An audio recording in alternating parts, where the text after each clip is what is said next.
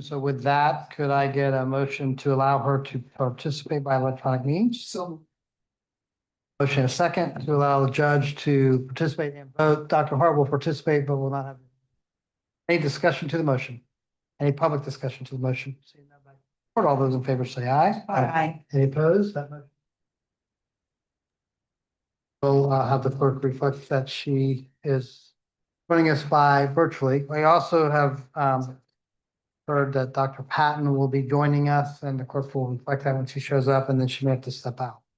Okay, so now we'll move to the approval of the agenda. Other than item 12 being pulled off consent, are there any other revisions from the board or the executive director?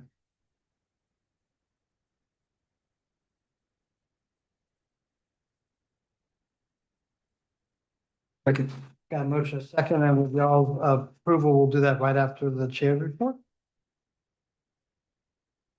Question from the public. Board, any further discussion from the public? Would the policy update not be, would it be an action item and not a discussion item?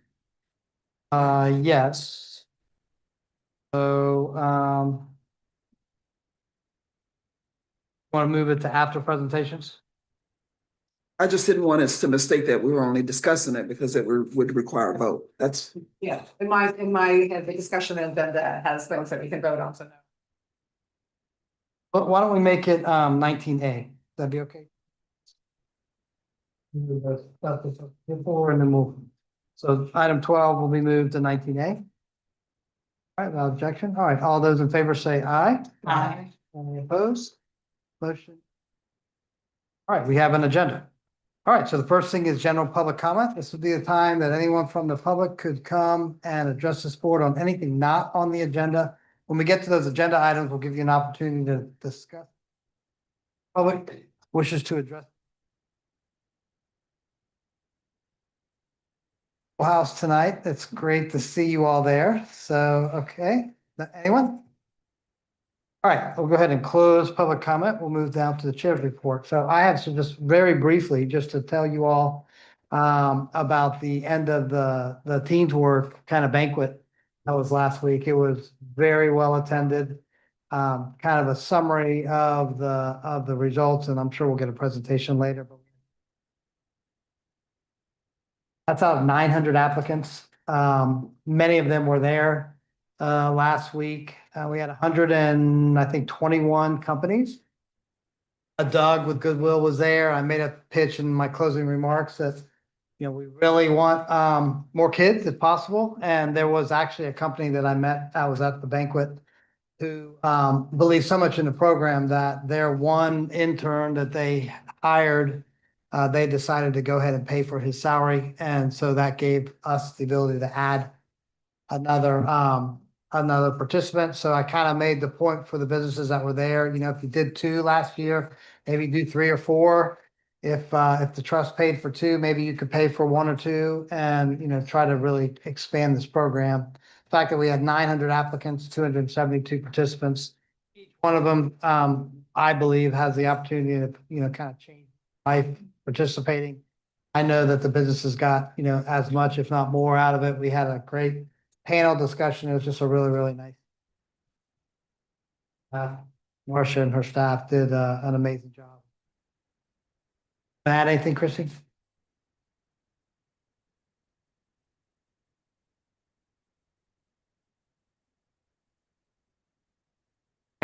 It was a great event.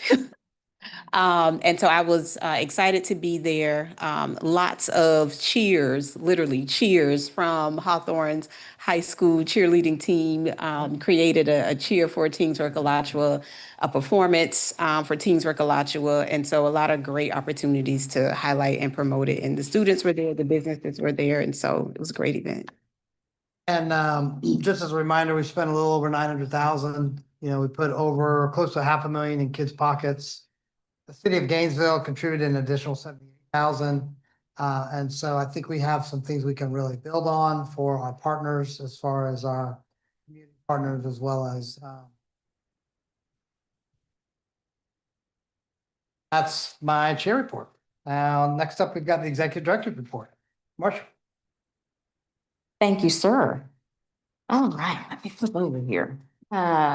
First, I wanted to just say thank you to the board, to staff, to the community members who attended our board retreat. I also wanted to thank C. Robinson and Associates for facilitating that workshop.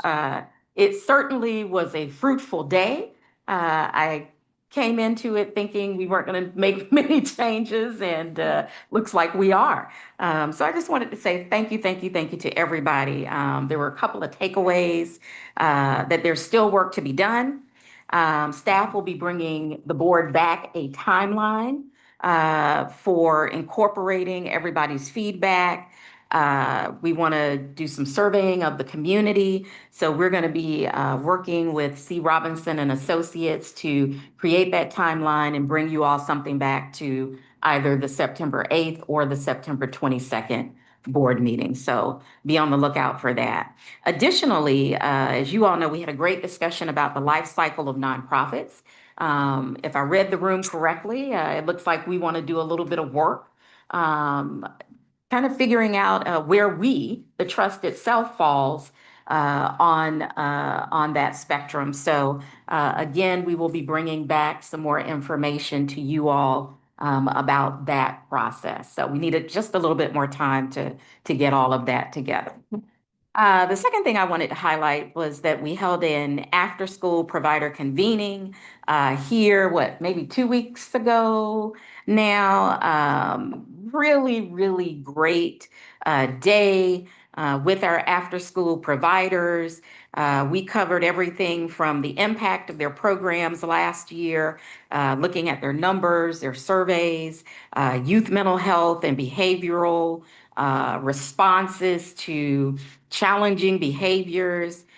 We had someone from the school district. I was going to thank Dr. Patton. Those folks came out, talked to our folks about resources available to parents.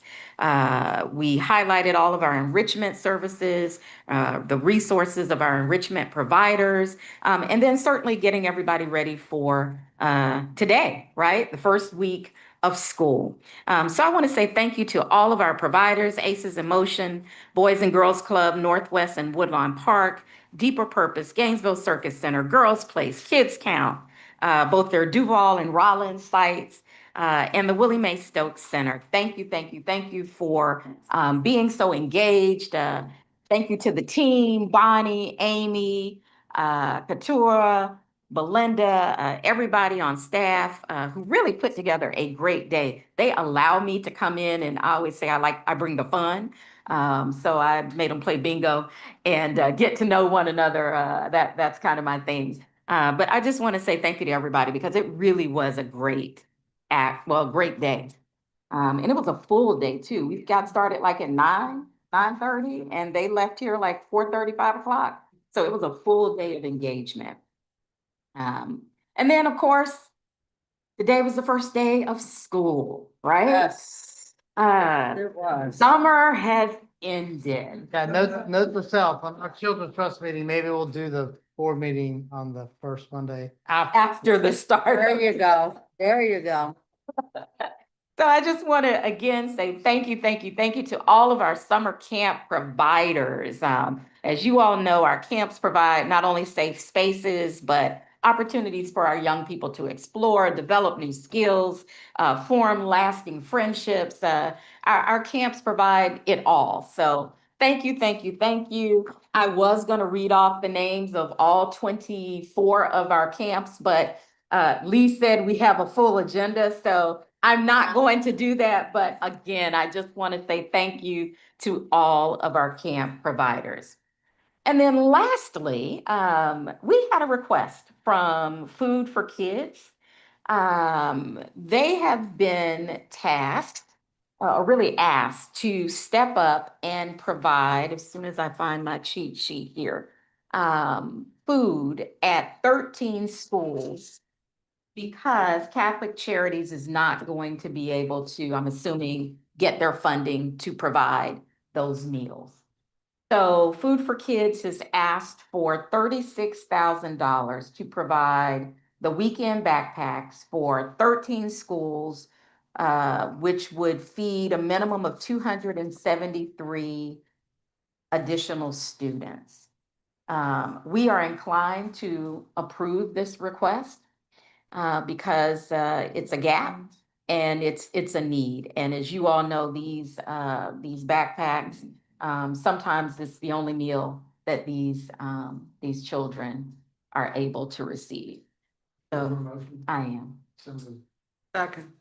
A motion and a second to approve the special request for food for kids. That conclude your report? Yes.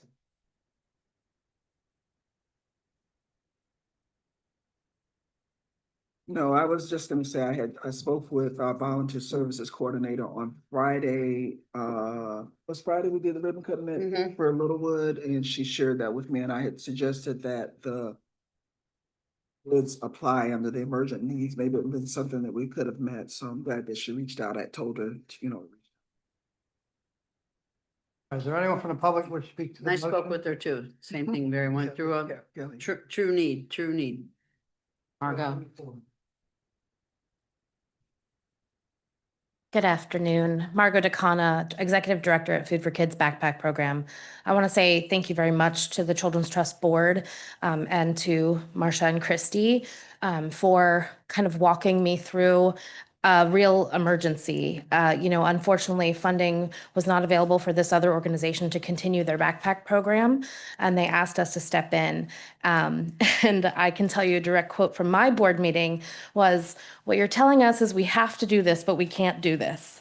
And without your help, we wouldn't have been able to do this." So thank you very much for considering this request. We appreciate it. And so do those children in 13 Alachua County schools that would not have had food over the weekends without your approval. Thank you, Margaret. And what I'd like to say is, Margaret's been coming and been involved and been telling us about this need. This is a lot of deposits in the bank account, and then all of a sudden, here we are in the shortage. And so this is an easy one for me. I really appreciate the work you do. All right, anyone else from the public? All right, back to the board. All those in favor say aye. Aye. Any opposed? That motion. Thank you for the executive director's report. All right, we're gonna move. Yeah, we've got what we could do is we could kind of slide everything this way if you want, if we want to bring in another row. On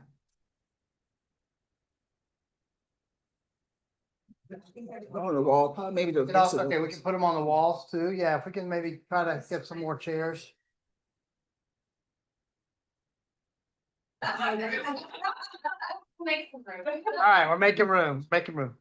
All right, next up is the presentation by Flourish Alachua mid-year report. And Ms. Connor, who is doing this presentation? Mia. All right, Mia, welcome aboard. You are recognized. Thank you. Mia Jones, Early Childhood Coordinator for the Children's Trust. The request is that the board be asked to receive the information.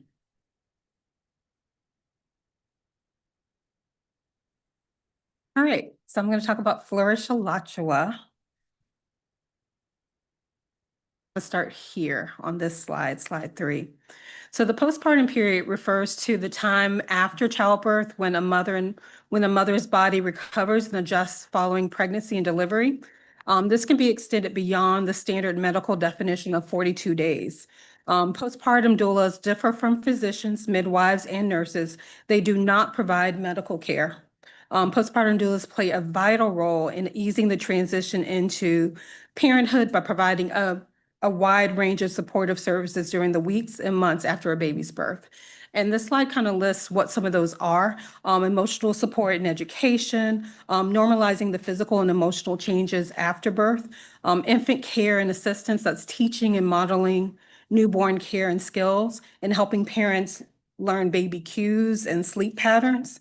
It can also be household help, light meal preparation, creating systems at home to make caring for a baby, especially for a family that's had their first baby, being able to figure that out. And then, of course, partner and family support, teaching partners how to be hands-on and confident in newborn care, and helping siblings adjust to the new baby. So what is Flourish Alachua? Flourish Alachua is a collaborative effort between the Children's Trust of Alachua County and Dulio INC. So you probably have heard me say Being Birth Network. They were formerly Being Birth Network. Now they're Dulio INC. It's dedicated to training, certifying, and mentoring postpartum doulas within the community. Dulio's role is to serve as the as the doula consultant for the trust and training facilitator for the Flourish Alachua program. And our mission is to prioritize and maintain maternal health throughout the crucial postpartum period in Alachua County. So impact. Postpartum doulas are a bridge between healthcare, family life, and community resources. Research indicates that their support improves maternal and infant health outcomes, strengthens family resilience, and creates a lasting benefit that ripples across generations. So some of the benefits that we could see in Alachua County is reducing unnecessary ER visits by clarifying newborn norms, providing companionship during potentially isolated periods, connecting and underserved families to public and nonprofit resources, supports healthy return to work and boosts workforce readiness, and creates local jobs through doula training and employment. And it strengthens early bonds in health childcare development. The Flourish Alachua program is designed to have a 2-day intensive all-day training course, followed by 6 months of virtual and in-person sessions. So for us, that looked like once to twice a month supplemental community sessions taught by subject matter experts and community leaders, weekly office hours, offerings, monthly one-on-one and group mentoring sessions. We had a book club. The 2 books that we read was Bringing on Bebe and The Fourth Trimester. Some of our community subject matter experts have included UF Maternal Health Navigator Program, local doulas like Holly Bess and doula Angela Daniel, who will be speaking later on.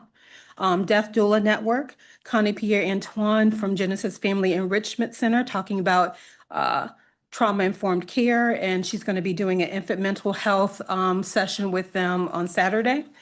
Jocelyn Campbell, who's a deaf coach and CEO of Lighthouse Hospice. So cohort 1 started on August 24th of 2024, and cohort 2 started in June of 2025. The later start date for 2025 it allowed us time for recruitment.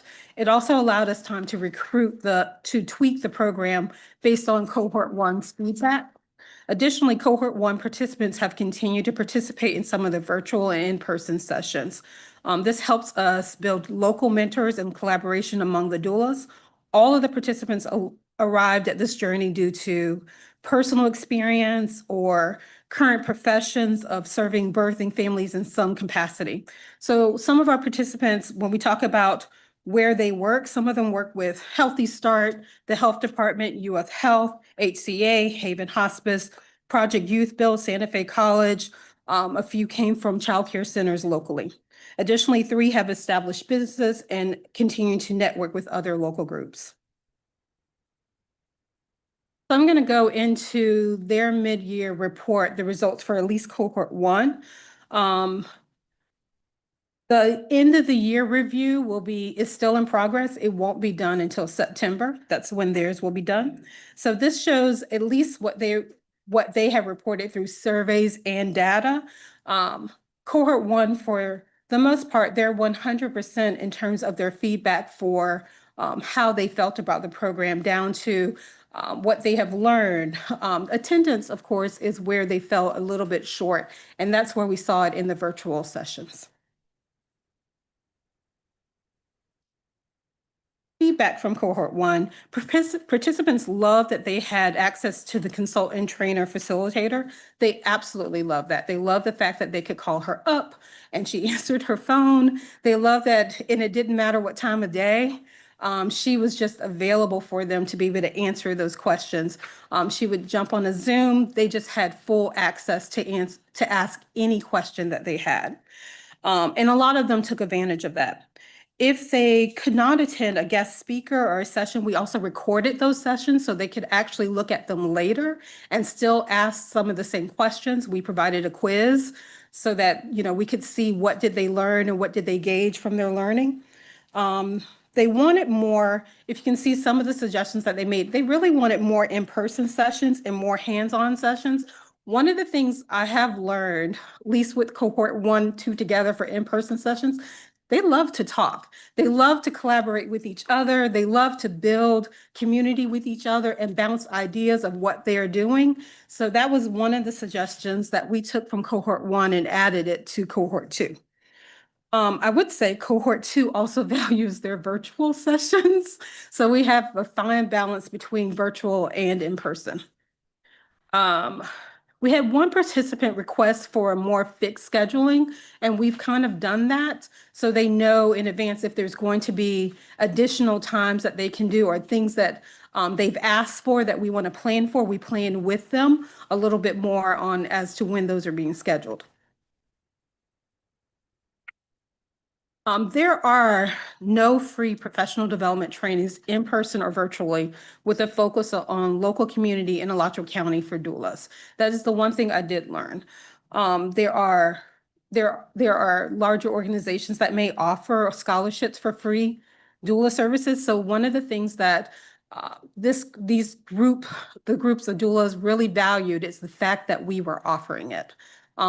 I have heard direct feedback every time I see one of them. Thank you, Children's Trust, for offering this training. It is a value to me. It's a value into the clients that I'm able to serve. It's a way for me to figure out what it is that I would like to do next.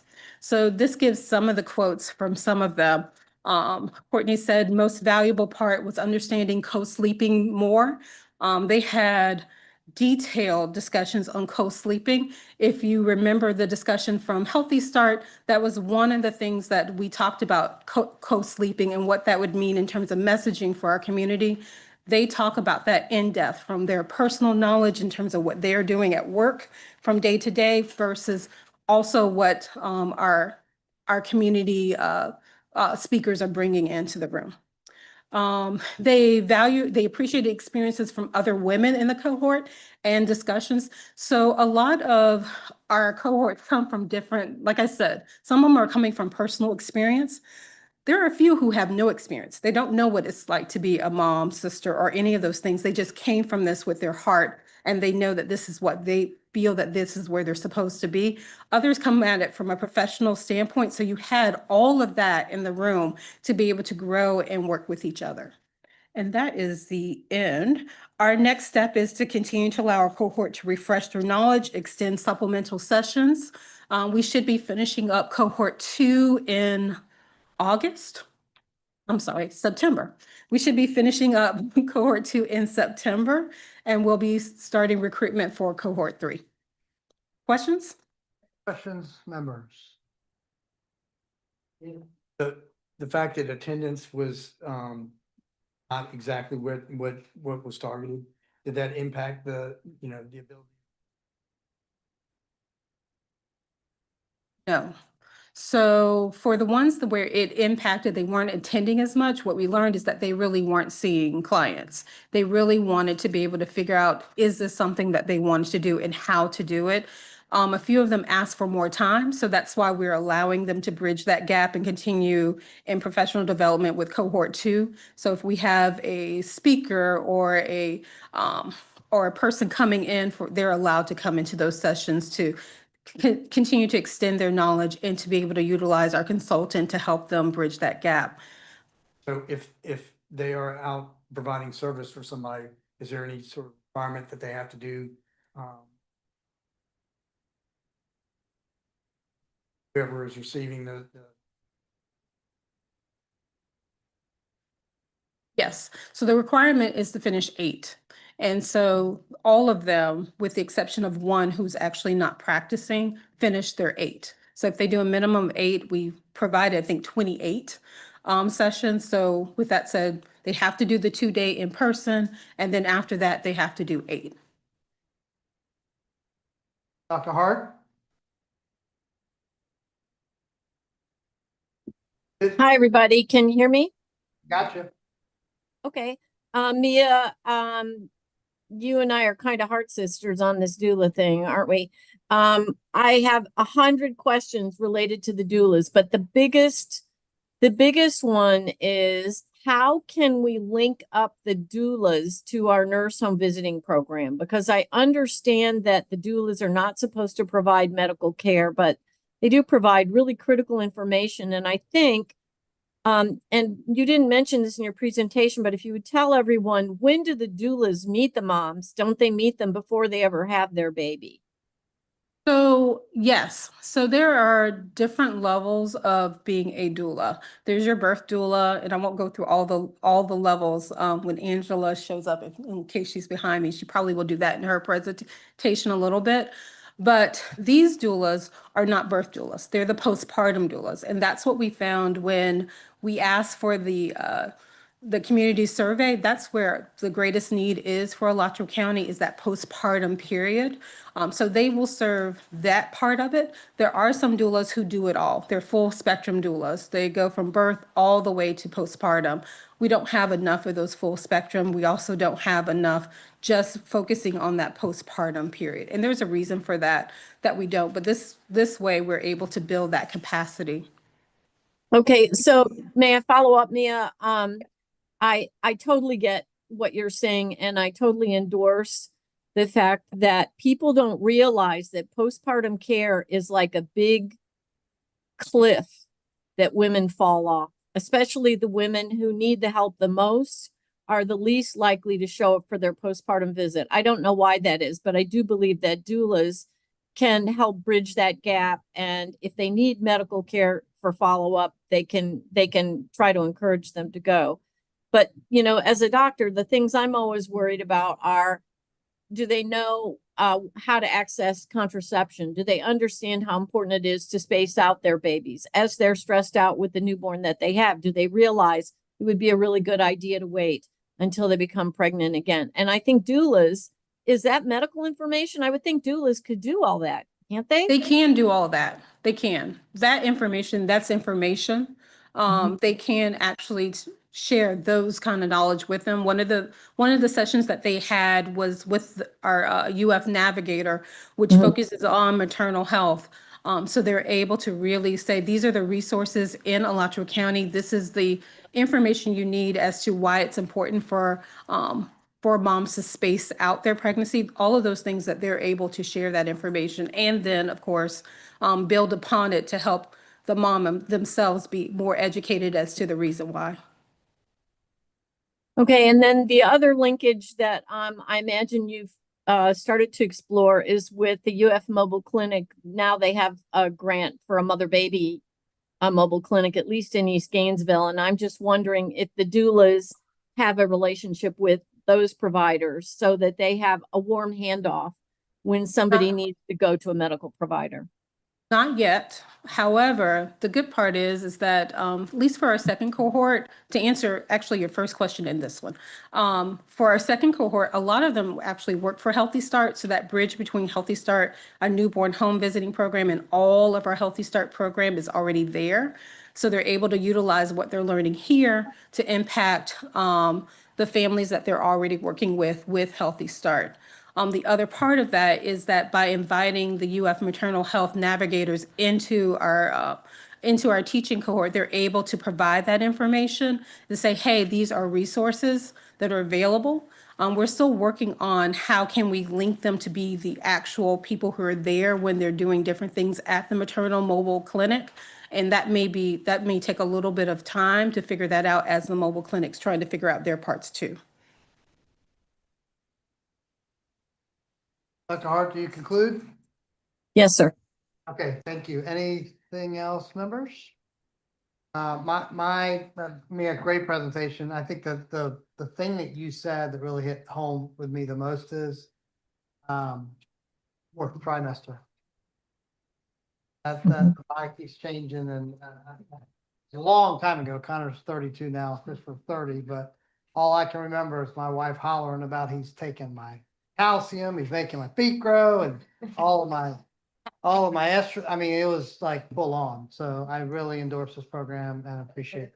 Long trimester is. Fourth long trimester. We should add the fourth long trimester. Okay, is there anyone, so that we're just to receive the report, is there anyone from the public that wishes to speak to this, about this presentation? Okay, we'll close that, back to the board, Only comment that I would have is to kind of tag along with that, excuse me, that last comment from Dr. Hart about that handoff or the collaboration between mobile health unit as well as the newborn home nursing, because I recall from when Healthy Start was coming, newborn home nursing, the demographic of mothers in our county who it really did the most support were the least served. Mhm. But we got to figure out some kind of way that we can be more of a trusted source of information and connection. Services that the Healthy Start is doing, that may be the key for Healthy Start. To expand their services to the. I agree. I also think those families have a difficult time when they suddenly have 3 or 4, 5 different people coming to them saying, offering them good things. If there's a point person that they interact with and everything else sort of branches Trust off. before you come. Yeah. I think if the doulas could work, they Right, probably I would agree with you would trust completely. them better Yeah. because I'm gonna repeat this every time Healthy Start comes. There's some people that don't want them in their space because they don't want any information that they're sharing with them to be used negatively against them. I've shared that with Cheryl. She knows the research has done that, so I agree having fewer people, but if it's some kind of way that. It's something they trust to start with. Yeah, absolutely. Okay, yeah, thank you. All right, let's move on to the next item, which is the Community Literacy Collaborative Plan Update. The recommended action is that the board is asked to accept the Community Collaborative Plan and activities. We have Ms. Beachy here that's going to take it. Okay, and that, Teresa, you are recognized. Or just kind of go ahead and frame it up. I was going to say, just to tee it up for Dr. Beachy, if you all will remember, in May, you had a joint meeting with the county. From that meeting, you asked staff to work with the Community Foundation and the Center for Nonprofit Excellence to bring back some form of a plan. The county CTAC staff, at our last meeting, the library and United Way, we've had an opportunity to meet. We have come up with at least a framework, and that is what Dr. Beachy is here to share with you, as well as tell you some of the additional work that is planned. So I will turn it over to Dr. Beachy. Dr. Beachy, you are recognized. Welcome. Teresa Beachy. I am the Chief Organizational Strategist at the Center for Nonprofit Excellence. We are this close to being a full-fledged nonprofit on our own, moving out under the umbrella of the Community Foundation. So we've had a lot going on. And one of my favorite projects right now that we're working on is this Community Literacy Collaborative. What a great moment for our community. I think that we are really looking at something that we've wanted to address in a variety of ways for a very long time. And I am very excited about being asked to be the convener and try to create a framework where we can gather all of the folks in our community to make this happen. So you had in your packet the overview, and I just wanted to highlight a few things that really what our goal was as a work group is to create a sustainable framework that can address literacy throughout the community as an essential infrastructure that impacts economic development and the quality of life across our population. Thankfully, we had this amazing assessment that was done through the Lastinger Center, the Alachua County Comprehensive Literacy Needs Assessment, and it really identified the long-standing challenges of both fragmented efforts and underserved populations that we've experienced. And they had some really great priority areas that they identified in enhanced awareness and communication, unified messaging strategies, and emphasizing that collective community benefit, focused support that would really direct resources in a way that we hadn't done before, and then expanded professional learning where we could build those sustainable local capacities amongst the expert practitioners that we have on the ground and in our school systems.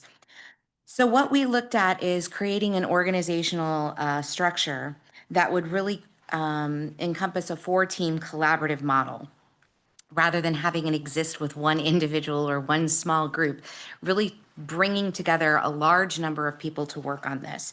So you can see the team structure there. Team 1, which will do the design, the training, and evaluation of the project. Team 2, that'll engage in the implementation and the partnership support for the project. Team 3, which I think is one of the most critical pieces of all of this, which is our Community Advisory Council, making sure that we're getting the feedback from the community and the buy-in from those most impacted by this work. And then Team 4, coordinating and strategic, the communications pieces, making sure that we're messaging and fulfilling the task that we're being given. The key assets and approach, I mean, we really just have an exceptional amount of resources in our community, from many of the practitioners that are here today that are doing the work to our fantastic teachers, literacy experts in our school system, to the university and many of the providers in the community that really understand literacy as a concept and how that can be rolled out in a way that is replicable and sustainable for a long-term framework. So what we are going to break it down into in terms of the primary program structures will be literacy support programs that are resources and support services to increase literacy access and confidence in our home settings. And then literacy skill building programs that are the direct instruction focused on literacy improvement and grade level reading achievement. And these programs would work in parallel with what our school system is doing. And the school system has such an amazing opportunity because they see the kids and they can see and do the assessments, and then our boots on the ground in the community can really parallel that and reinforce it in a way that we're all working, again, together off the same sheet of music to achieve those collaborative goals. It also really identified some of the historical challenges that we've had from not really knowing what was going on in the community in terms of literacy, kind of a lot of different things happening along parallel paths, but not really collaborative together. So this structured collaborative approach creates a formal coordination while respecting organizational autonomy and expertise. And that's really the goal, is to have some coordinated response. So the timeline, we've been working throughout, well, really since the April meeting to start looking at what that framework draft could be, scheduling some community workshops. We want to get those moving so that we can ratify the framework and recruit partners by the end of the fall. So you'll see the timeline there. Tentatively, September 17th, we'd have our small work group meeting where we're meeting with our expert practitioners, our expert framers of the curriculum. And then in October, we would hold some town hall meetings where we would get as many people as we can to participate and give feedback on the framework, how they would like to see us implement this, and then what we could do moving forward to really engage the community. So the expected impact is that this really does provide us an opportunity to create replicable models for community-wide literacy improvement. This collaborative structure ensures that there's accountability to participants and funders, while at the same time building sustainable systems for that long-term impact. And we really want to transform literacy activities from a collection of individual programs into a comprehensive community structure.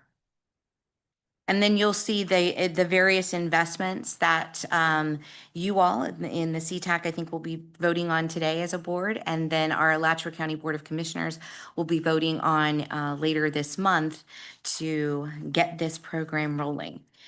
So some key initiative facts that we just wanted to point out. Again, the team at the Children's Trust, the Board of County Commissioners, the Library District, our Alachua County grade level reading committees have really been building and reviewing this framework that's a collective model based on an evidence-based coordinated community response model that we use throughout the country in a lot of different high-level issues around victim services, gun violence.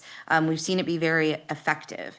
And so the next step is to have board approval for this draft framework so we can undertake the two most important activities. Gathering feedback and buy-in from our stakeholders who they will be the realizers of the results of the work that we do collectively. So we want to make sure that they understand the framework, how it will be rolled out in various stages, and then recruiting and securing both the experts and the practitioners who are going to design, train, implement, and measure the work. So the great news is what we found out in doing this work in this very short period of time over the last few months is that we have data, and the data is really good. The data is comprehensive. We have local expertise and practitioners who are willing to get on board and get this done. We have momentum, which we can't waste. Sometimes when you have that moment, even though it may not seem like it's the perfect moment for everyone, you have the moment, you seize on it, and you keep moving. And then we have this team. I've been so fortunate to get such great feedback from everyone as we're building this framework.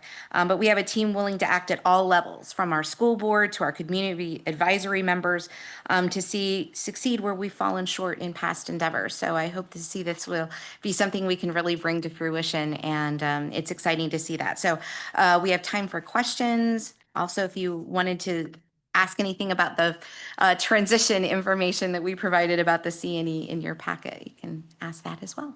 Okay, Dr. Beach, thank you. All right, members. Dr. Hart, we'll start with you. Hi, Teresa. Congratulations on trying to make sense of a really huge report that we got from the Lastinger Center. And I do have a request for you. Yes. I read the executive summary, and it might have been after 10 o'clock at night, and maybe all my neurons weren't firing, but I couldn't really understand it. And I thought, oh my goodness, Teresa's talking to me in PhD speak. I need her to talk to me in the public speak. Okay. So could you get one of your interns or grad students or somebody that knows how to translate the way we talk to each other in scientific language into better lay language? Because I think this is going to be super effective if people can all wrap their brain around it quickly. Yes. That's my feedback. Absolutely. We can do that. Dr. Hart, all right, members. Yeah, and then Lee. Thank you, Dr. Beachy, for this. Sort of along the line what Dr. Hart just said, but what I am really on page 2 of 3, the addressing historical challenges there. It seems a little conflicting to me in that we're going to, it states we've got, want to directly confront coordination deficits, resource misalignment, organizational silos, and then the last sentence says, create formal coordination mechanisms while respecting organizational autonomy and expertise. That sentence seems to conflict what was up front. And so I'm like saying, I don't want us to spend $500,000 and end up like right around the same spot where we started, which has kind of been indicative of what the report came back. So I said, maybe I just didn't understand what was all summarized here, but when I got here, I'm like, yeah, I really don't understand because help me. So sure, I think what the team has really spent a lot of time discussing is that if you look at team 1, who would be designing, training, and implementing or evaluating the programming, we know that we have experts in this community that can tell us how we can structure reading activities, literacy activities to really work and make change. And we see it, the school system has given the okay to implement UFly. And so we would do similar parallel activities in our boots on the ground community-based programs that would reinforce what's happening in schools. The thing we didn't want to do was tell people, you have to do this or you can't do anything. There will be programs that will come and say, you know, we like this and we like what you're doing, but what we're doing really works well for us. And so what we're saying is, that's fine. You just may not be able then to access the funding because the funding is going to be tied to creating replicable models. And so we don't want to tell organizations that are doing great work that they can't do that work. under the current contracts that they have, whether it's with CAP or with Children's Trust. But that if they want to access this additional funding and be part of this collective impact model, then we want them to do what our design team is really creating, so that we'll be able to say in round 2, these are the things that really worked well. And so open the gates and let other programs come in that can then take these same activities and replicate them in new areas. So that's kind of where I think that organizational autonomy comes in. That makes more sense. But if I'm thinking we're just gonna be funding people to just do what everybody's doing their own thing, that's not gonna get us in. But a lot of those organizations may already have existing CAP or Children's Trust contracts. And so we don't want to force them to do something that's outside their current scope. But if they're interested in doing more, then we'll have a plan for them to do that. Thank you. Thank you, Commissioner. Dr. Beachy, Teresa, Teresa. there's nothing, as far as I'm concerned, that the board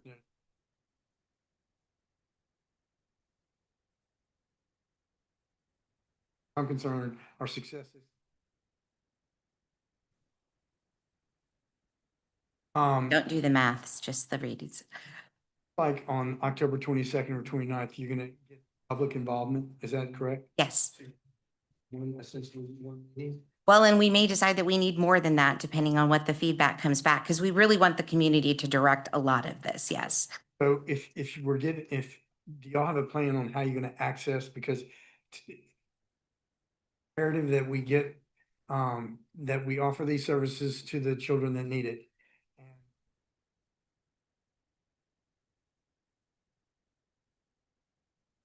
Point where you kind of envision something, a plan, how you're gonna do that. Number one is public exposure. All right. Let the parents know that this is available. And I guess you hope to do that on the 22nd or 29th. Yes. Are you on Florida Field, or are you gonna have it? Yeah, that space is one of the things that we're working on right now, is trying to figure out a centralized location. I know that the library district has some rooms, but they're not big. And part of this is just, it may be a process. It may be that we say this was really well attended and we need to do more of these. Marcia and I have had the conversation several times that we can do this fast or we can do it well. And so I'm more committed to doing things well. And so if it means that our timeline gets shifted slightly, it's why we've given ourselves a pretty long runway to start by next fall with the implementation. Because we do want to make sure that people's voices are heard. And especially because we have so many amazing providers in the community that reach those populations, just like the presentation we just had. There are ways to get to the folks who really need this the most, and the caretakers who are the most confused about the curriculum that's coming home, or are the most concerned about the fact that their child is falling behind. And so we want to ensure that those practitioners, those groups that are doing this work already, have the opportunity to really give feedback on how we can bump it up. And then that team 4 that will be doing the coordination pieces, making sure that, again, we have a phenomenal library district here who has access to a lot already that we can offer, from adult literacy to spaces where we can create literacy hubs, which is one of the things that the report recommended. But we also want to create a virtual hub. The school board's done a fantastic job in subscribing to a lot of tools that parents can use. They're not always easy to navigate where you find them, because some of them exist on some school websites, but not on others. So one of the things that we're going to try to really focus on is creating a mobile app where all of these things are in one place. So you can go and say, I have a third grader. What are the reading activities I can get? And I can do it right from my phone. A lot of our families, that is their primary way of interacting with the internet and interacting with homework and all of that. So we want to make sure that it's really mobile accessible, and that it's friendly in a way that folks who are not necessarily super tech savvy can push buttons and figure out where those activities are so that we're reaching the majority of the children in those target populations that our groups identified. And I just met with one of the newest after-school providers, Limitless Adventures, which is working specifically with disabled children. And so we're constantly pulling in folks who we know can reach these different pockets. And so as this process moves forward, we just want to make sure that all those voices get in the room, because this is a framework that we all came up with because we said if we go out in the community and just say, what do you want to do for literacy? We'll be there for another 3 years just talking about it. So at least having a framework we can work from, and then get all the great rich feedback, because I don't want to own this in the sense of like, well, this is what I said we're going to do. I want to be the conduit by which we can say, I just want everybody to win. And how we get there is really how the community is going to design it. Providers, Yes. or the town hall meeting, is that going to be providers and anybody who's interested? Both, and then that small group will be the providers. So the one in September on the 17th will be the ones that are the experts, that are hopefully going to be signing on as consultants to design and all of this, and then all of the practitioners that are interested in implementing it.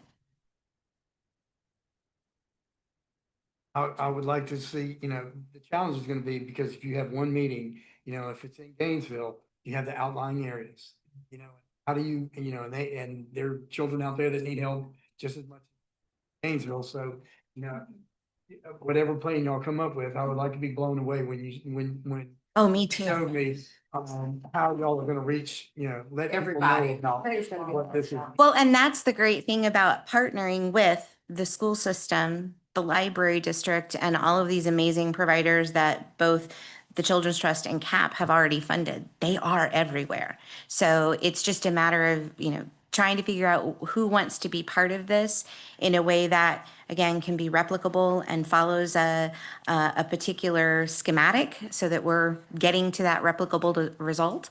And then, just... again, one of the things that we've talked about is we want to do something, because otherwise we're in that same, as Tina said, we're in that same process where we're just doing the same thing, but we're not necessarily getting a different result. So it's a risk, but it's a move forward. And I think that we have to try. And if we fail, we learn from that failure and then do better. So Very excited, and the potential is limitless, and really is. excited because I think we've got some good people that are working. And may I just add briefly? Teresa, thank you. She jumped in feet first after that meeting with the county, and basically was called out to spearhead this. So I want to say thank you. She has really taken this over, and her leadership, I can't say enough. The only other piece I wanted to add is that it's a framework. Right? So we came up with what we think is a really good start. Now we open it up to providers and then community. And so we may come back to you and it may look different, right? Once we hear from them. The one thing you should know that I am always committed to is ensuring that everyone gets to have their voice heard. So we scheduled, at least for now, 2 meetings, but we said there will probably be more. It's not about how fast we can run the race. It's about winning this race. Lots and lots of people have said the same thing to me.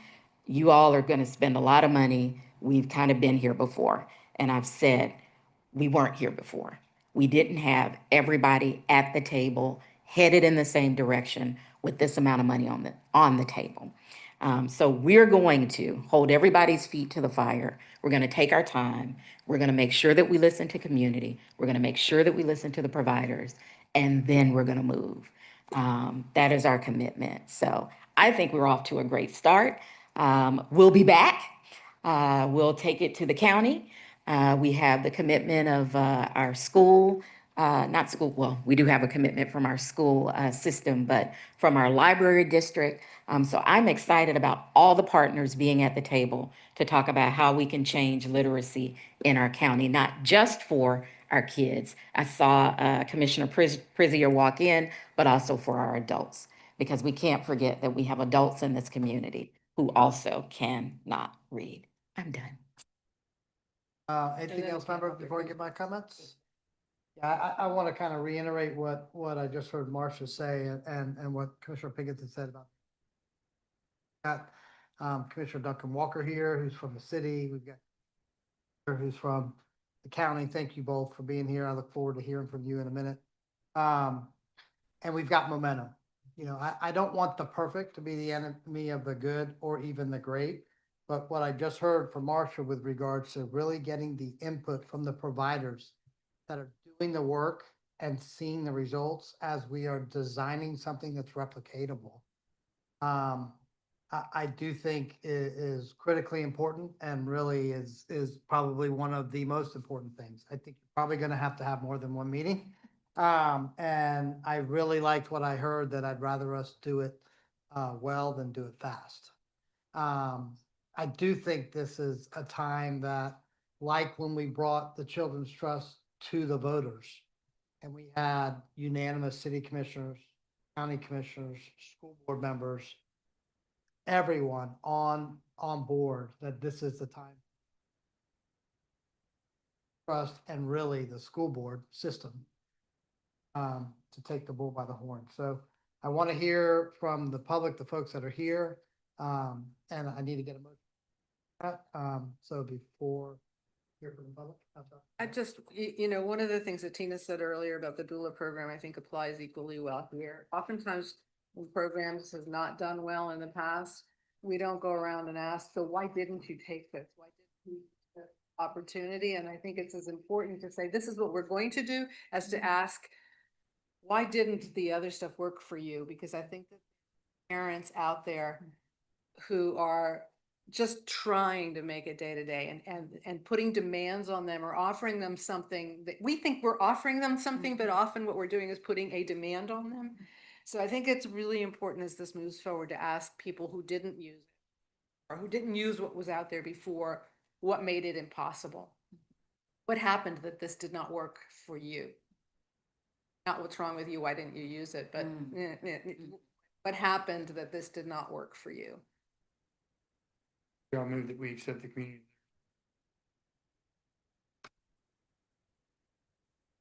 motion and a second, realizing that there are also a city county commissioner in the audience who oftentimes change my motions or add to them. So we now have something that we can at least talk about, and if we need to add to it, we will. All right, so with that, we're going to now open it up to the public. Who is here to speak on this topic? I know we've got a couple of big ones. Raise your hands for me. Okay, so yeah, you got 3 minutes, plenty of time. Come on up. Let's give me your thoughts. Often. Fisher, come up. Thank you for being here, Anna. Yeah, thank you. Sorry I came rushing in. But I'm excited. I'm really excited. Thank you all so much for taking this charge. I know that it's a big one, but I think if the Children's Trust is successful in nothing but this, you will have advanced so many of your other goals. And you know, this is really a root cause. This is a real issue for our community, and I'm excited that you all have taken it up and taken it seriously enough to dedicate so many resources to it. So thank you. And thank you to Teresa for developing a framework that creates collective impact and really does think about the providers and the experts from the research side, as well as the families and the community members that are going to ultimately be at the front lines of making this project happen. I'm excited about the framework. I think it's a great one. My only comment is, I hear you on taking it slow and doing it right, but I hear you loud and clear. Let's not let perfect be the enemy of good. And I am a little bit worried that we are on day one of a new school year today, and we're talking about another year from now before something's really going to happen. And I think that We have a lot of organizations that are already doing number 2 on this framework. They're already working really well together. They already have the structure. They're scaling up. They heard us, they heard the call, and they're scaling. They have volunteers waiting. They're ready to do training. They're ready to expand the literacy we know works. They are the models that we're trying to use.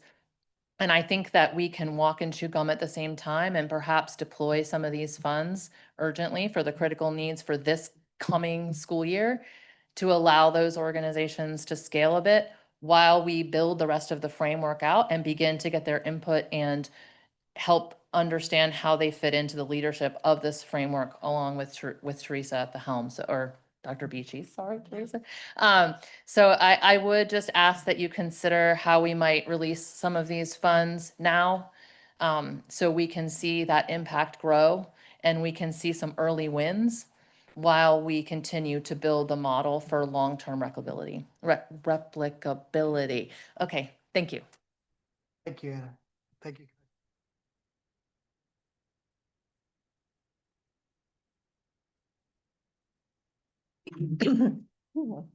I'm just throwing things around here.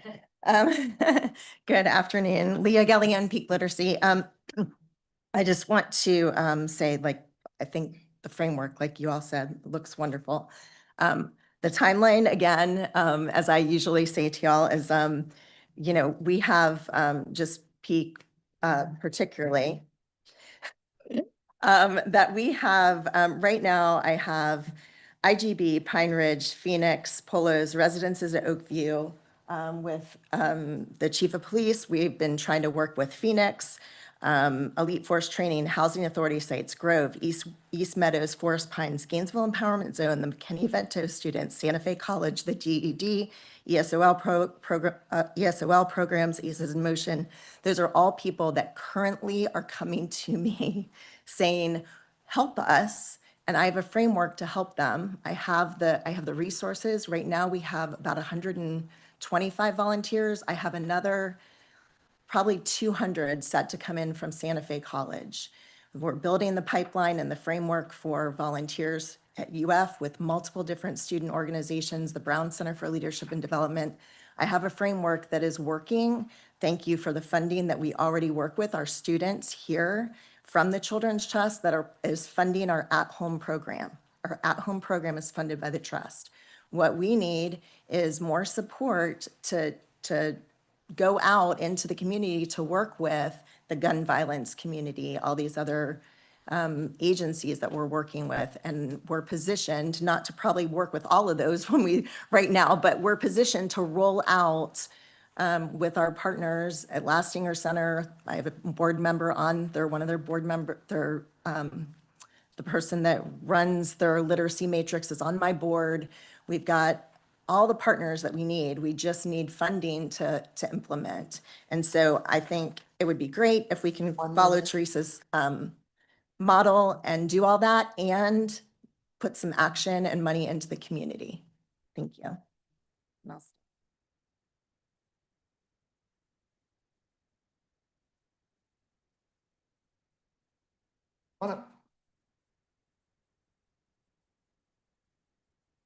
Jennifer Reeves from the University of Florida Literacy Institute. I'd just like to second what Commissioner Prizia said as well. I love the framework. I think it's a great start. I second what Leah said with Peak, with a little bit of measure there, in that I hear that there are lots and lots of great programs happening out there. I get calls every day for UFly to go out and help. And we are already working with 2 of your funded programs, Girls Place, Kids Count, who already have great data, great organizational capacity. It's wonderful to have lots and lots of partners. I think you also have to look at whether those partners have the organizational capacity to implement, provide program evaluation, and keep growing. So I agree, though, that work is already being done and it's critical, and we should not waste another year because it's just going to get worse. We have some programs that we can take right now and implement even more if we have money for coordination and evaluation and materials and training. We have those places who can do it, and we could get some data and do some little pilot things right now.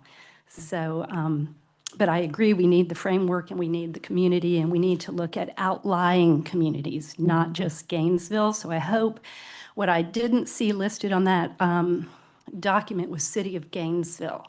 I saw school board, library, Alachua County. I'd love to see City of Gainesville on there because we also have and I think they would be more than happy to be willing. I don't know who they are, but I think there are City of Gainesville folks who are doing really great work who would be involved. So thank you.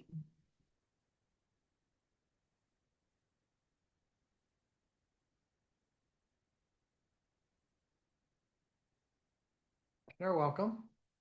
Thank you so much. First of all, this was really interesting. Hello. Wow. Back up a little bit. Oh, no, I like the way that sounds. Okay, no, I'm teasing. But no, I really have enjoyed the information that I've heard here, and I want to just extend a very big thank you to the trust for jumping in, doing this work, putting the resources where they need to be. I want to say thank you to Teresa Beachy for assuming this tremendous responsibility. District 1 is my home, my district.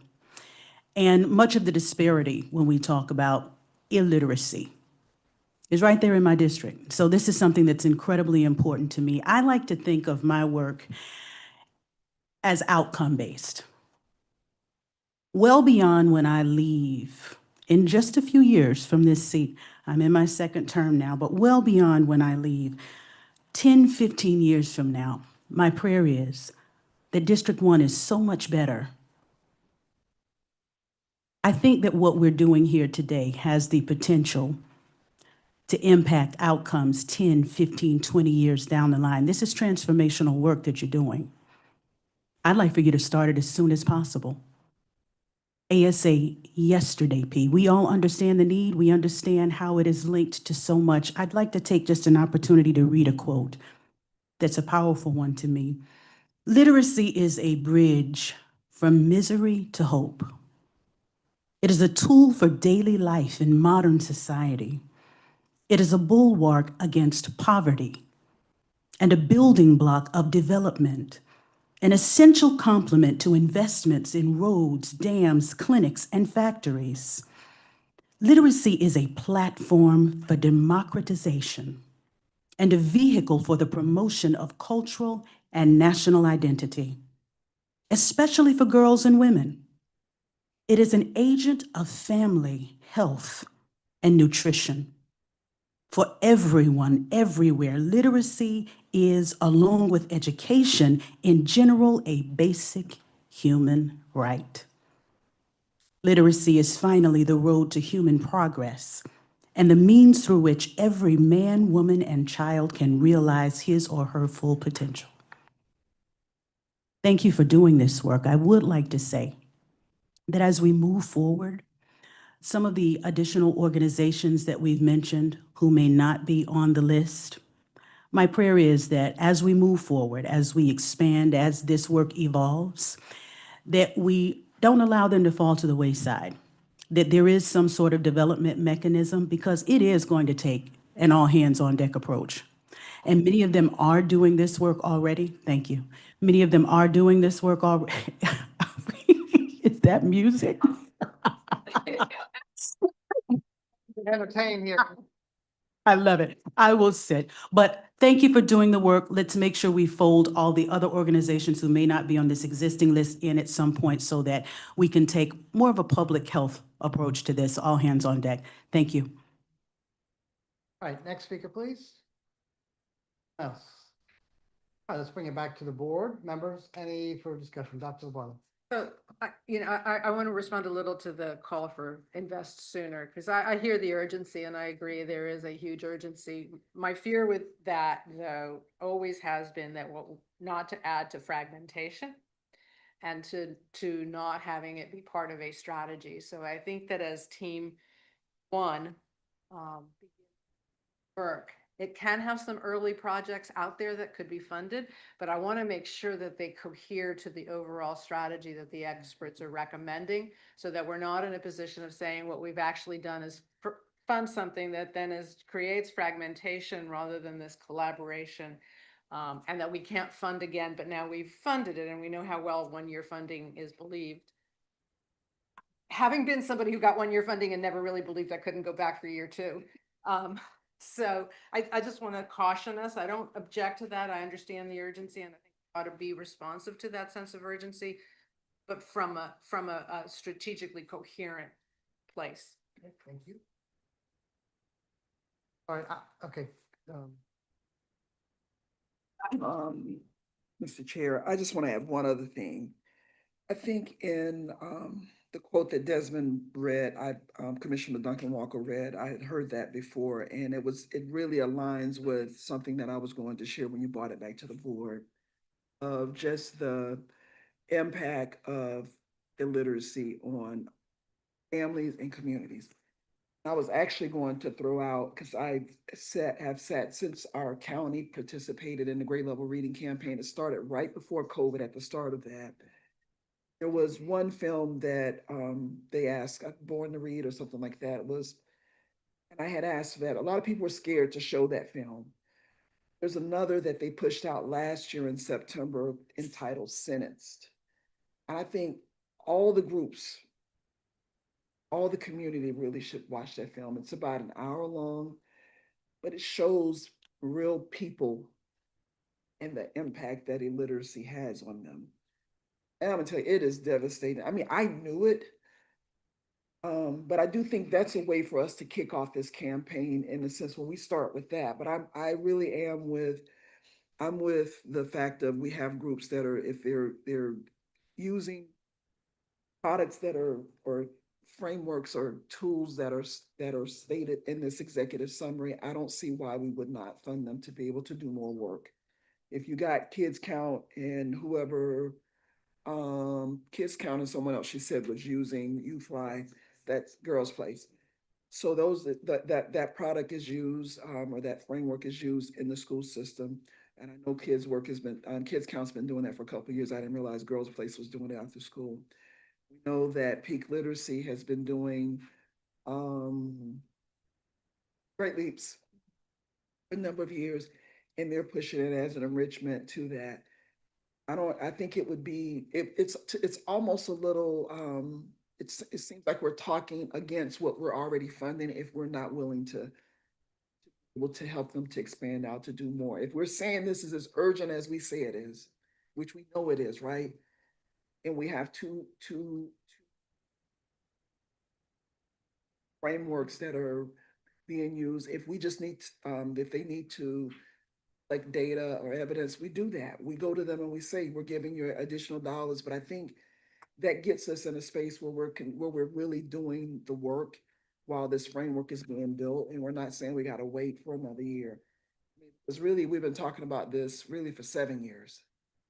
This is not just now. This literacy thing has been since we've been with the trust. So those are my two things. I think Sentence, the movie, I think should be incorporated because I really think it would really give people know. And there's just one other thing, Maggie, not in addition to also asking the parents, like why this didn't work for you. I think we need to ask the systems. Because it's not all on that, right? We got some systems that are in place and there's some things that are in place to why children aren't learning or whatever. And I think we need all like a self-evaluation or reflection and to really be honest. Some of this is by design and we have to be willing to own that, and no amount of money that we throw at it will ever solve it.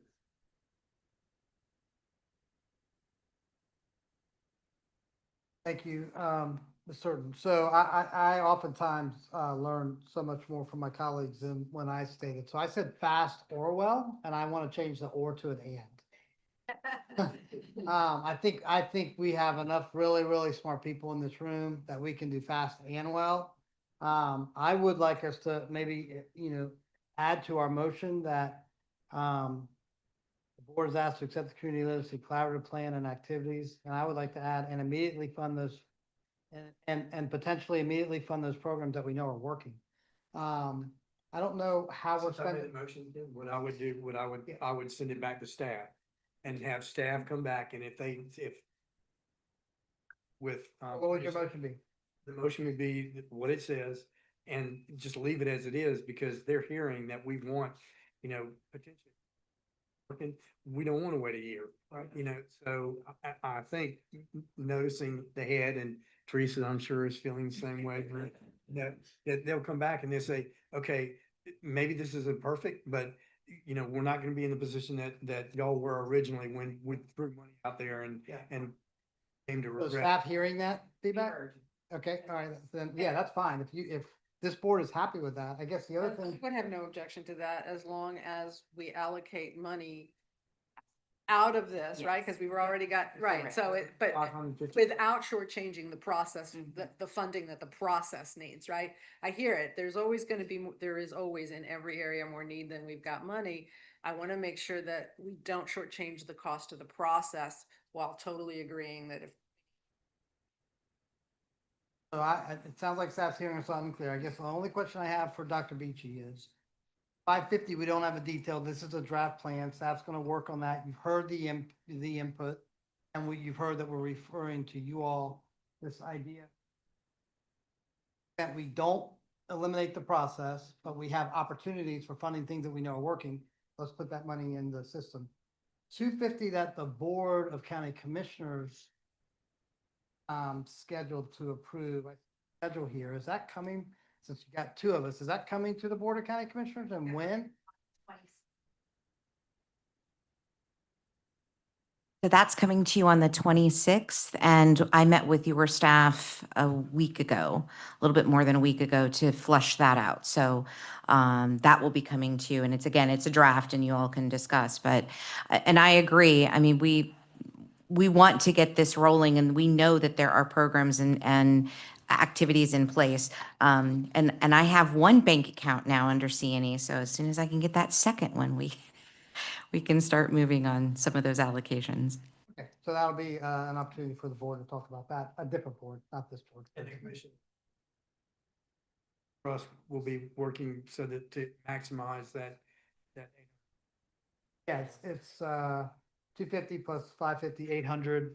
I think we had asked the city, and the city's got their own budgetary issues right now. That being said, the city came forward with $78,000 for Teamworks that we didn't ask for. They just came forward for it. And so as we get rolling, I think we'll have some other opportunities for the whole community.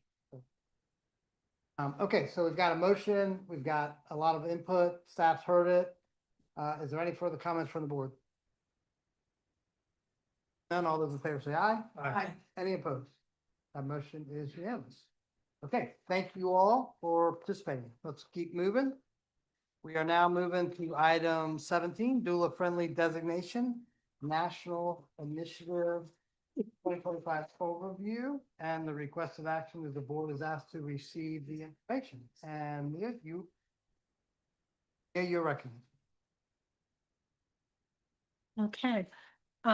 Thanks to investment from the Children's Trust of Alachua County, UF Health Hospital in Gainesville, Florida was recognized as the nation's first doula-friendly designated hospital. This milestone represents significant advancement in perinatal healthcare standards and acknowledges UF Health's dedicated collaboration with nurses, administration, obstetricians, midwives, and local doulas. The Doula Friendly Initiative is a nationwide framework designed by integrate evidence-based doula care into healthcare facilities. It was developed by A&A Doula Consulting founders Avergil Rockwood Lacey and Angela Daniel. Presenting today is Angela Daniel.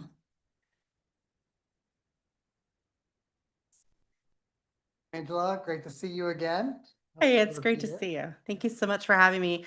I'm really excited to be able to share this wonderful success and progress and where we're going with you guys today. So thank you. We are grateful to the Funding for Children's Trust, which has made all of this work possible.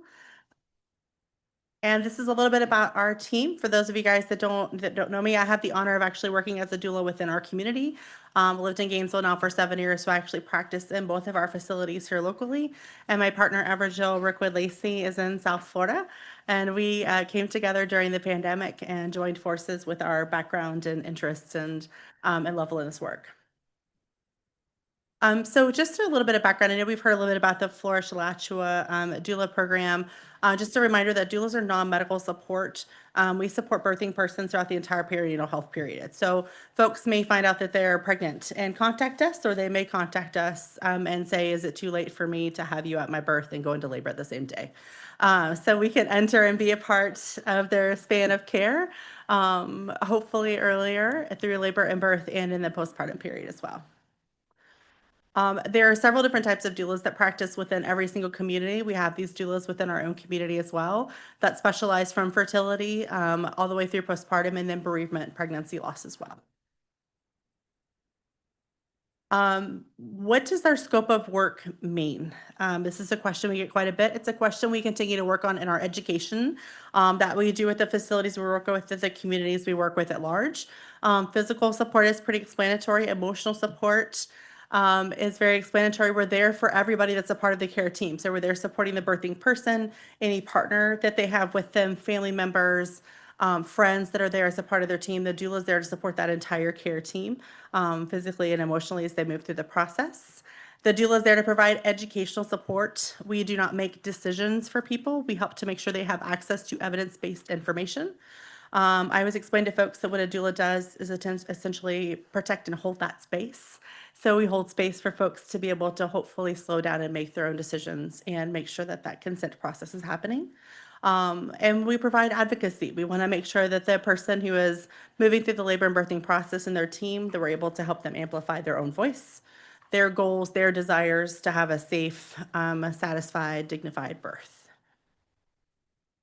Doula Friendly is a nationwide initiative, so I absolutely love that I get to brag about the fact that this started here in our community and that one of the facilities I practice in was the first to finish some of the work to be able to achieve the designation.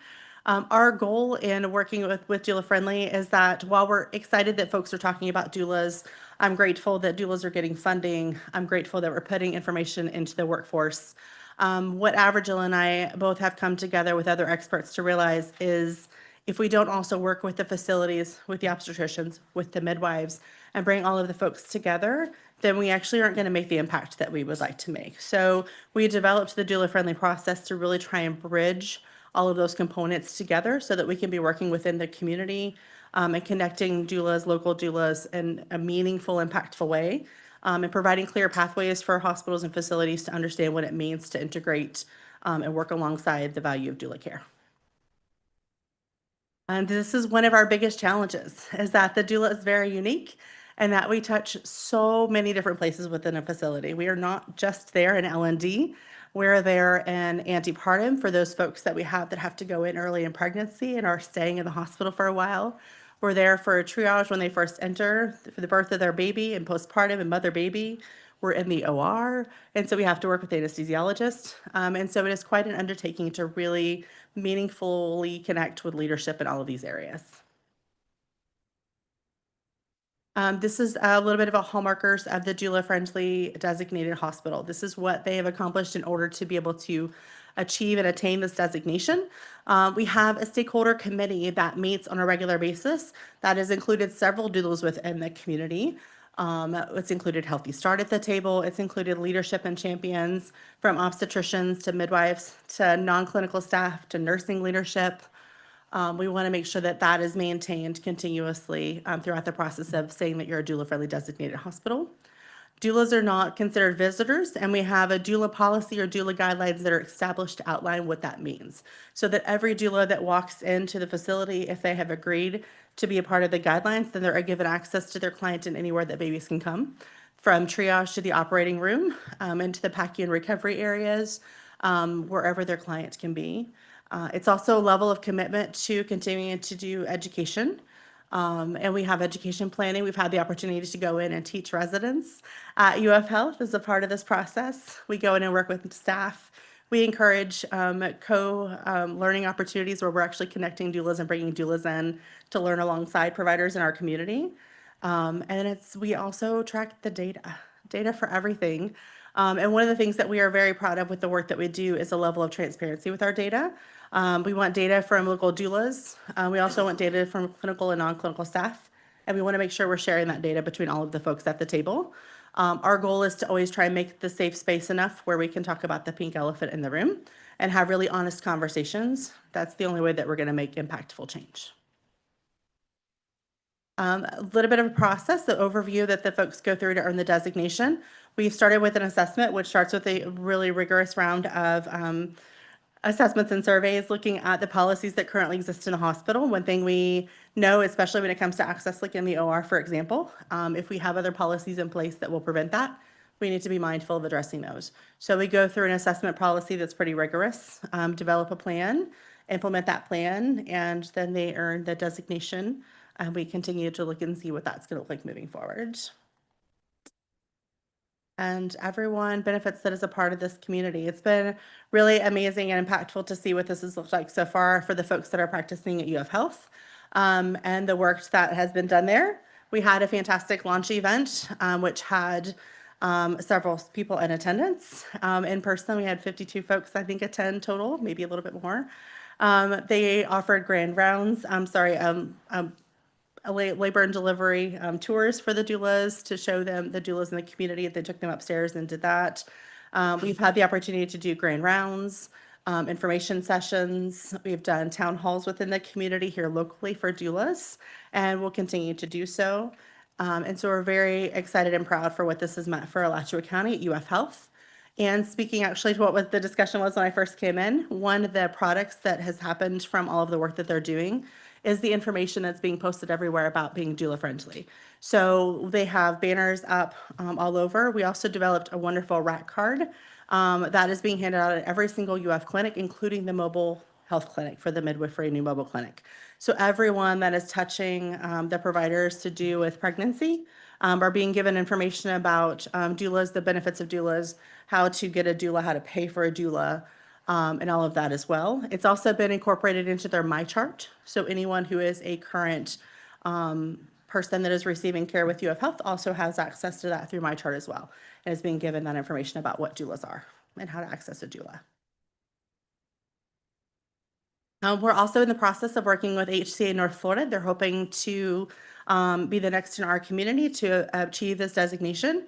We have a doula leadership team that we are working with there that was established in 2024. We've done several opportunities to do nurses meet and greets. We've also done the survey portion of the work with HCA North Florida and have had the opportunity to present all of that information to leadership and connect with the local doulas as well to share that information. Any questions or anything?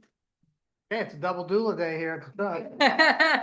Any questions for Daniel? That's a great program. I had the opportunity to be there at UF. I love the fact that we're moving right from UF Health into HCA and getting the entire community doula certified. Thank you so much. Any questions? Is there anyone from the public who wishes to speak to this item?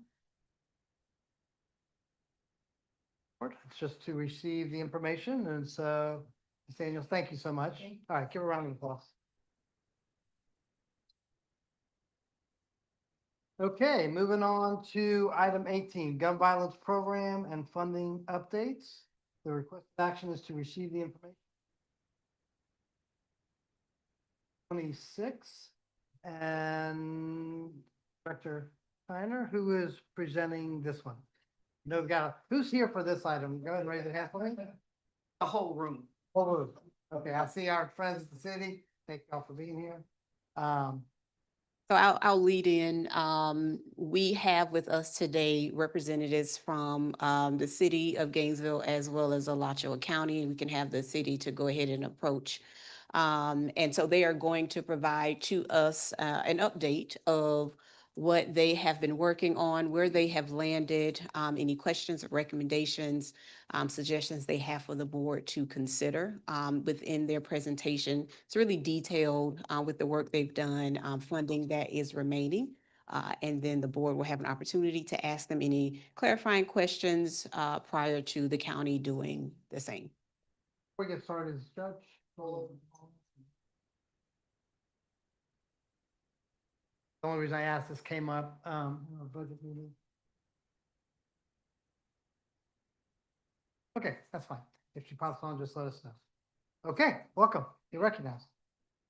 Good afternoon, everyone. Brandy Stone, Director of Community Health Initiatives with Gainesville Fire Rescue at the City of Gainesville. As Ms. Goldwire shared, we're here to provide you all with an update of how we use the funding that has been allocated for FY25. We do have quite a bit of information for you all, but we will move through as quickly as possible. Before we get started with the content for today, I'd like to turn it over to Gainesville Police Department Chief Moya to share with us the trends in gun-related statistics from GPD that we've seen over the last year or two. Chief Boyd, welcome. Thank you so much for being here. It's a pleasure to see you. Good evening, sir. Good evening, members of the board. Thank you. So as Brandy stated, I was tasked with presenting you just a snapshot of some of our multitude of crime data as it relates in this case to gun-related violence. As you know, that has been our number one priority, certainly for the police department here in our city, as we attempt to eradicate or reduce gun-related violence. So as you can see, the first metric that we capture is stolen firearms. Between the column on the left and in the middle column, it compares year-to-date 2024 and 2025. On the right, you see the percentage increase or decrease in that relevant metric. The first one is stolen firearms, from 53 in 2024 to 74 year-to-date this year. Although that is an uptick of 39%, that is not a number that alarms us. That number ebbs and flows. So this speaks of guns that are stolen from vehicles. Sadly, oftentimes still from unlocked vehicles. So I'll take this platform like any other platform to implore the public and anybody listening to please remove your guns from your vehicles, or at the very least, lock your cars to ensure that they're not accessible to the youth who are often the ones that commit these crimes. Aside from that, the next metric is firearms that we seize. So this metric speaks of the firearms that we seize from, it depends how you look at it, from the right or the wrong hands, right? From the folks that are oftentimes ill-intended or should not be in possession of firearms. So last year, 175, this time last year, 145 this year. That can speak of a couple of things. I can speak of the fact that the guns are not going in those hands for whatever reason, right? That's a tough metric to quantify, but that still relates to a 17% reduction for us. Now, if I saw that number as it correlates to the next one, which is number of shots fired, then I start seeing what I consider a success. So shots fired speaks of confirmed incidents of shots. A lot of times we get calls of shots that turn out to be backfires or fireworks. These are confirmed incidents of shots fired in our city. 80 in 2024, year to date. 37 year to date this year. That right there, ladies and gentlemen, is probably one of my most important metrics, 53% reduction. The next one, number of persons that are actually struck by gunfire. Oftentimes, sadly, that is ungodly luck. 29 people were hit in 2024. 8 so far this year, a reduction of 68%. Now we're talking about metrics that I keep knocking on wood every day. Homicide victims, 8 this time last year, 3 this year, 62% reduction. Suicide is a metric that we keep, as you know, it relates to mental health. So it is important for us to track that, and sadly remains steady from 12 last year to 11 this year, 8% reduction. So those are the metrics that we believe are fundamental for today's discussion, and I'll answer any questions. Questions for the chief? My big one, chief, is what's the number one thing that's causing these great stats? Not any one thing, I know it's a number of things, but. Yes, sir. And you said it isn't one thing, but as your police chief, obviously, I must stand here and speak of the work of the men and women of the Gainesville Police Department, both sworn and civilian. They do tremendous work. we've tasked them and challenged them to help reduce these numbers. And they've exceeded my expectations. And clearly you can see what that translates to. Aside from that, enforcement, prevention, intervention are things that we all heard of before. All of these lanes, particularly in 2023, when it was declared a public health epidemic, have come to bear. I think everybody's is maximizing their opportunities to really make this a priority. Not only talking about it, but actually in action. And those speak just about that. Thank you, Mr. Chair.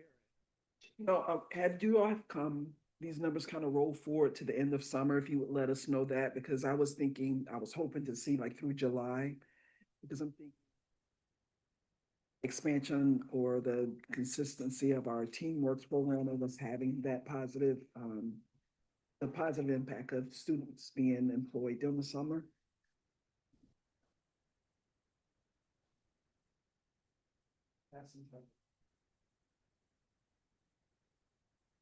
Sure. And we update these numbers monthly. So when we present before the Gun Violence Alliance, we present updated data. So we'll have that moving forward. Share it with Ms. Kynish. Sure, certainly. Okay, thank you, Chief.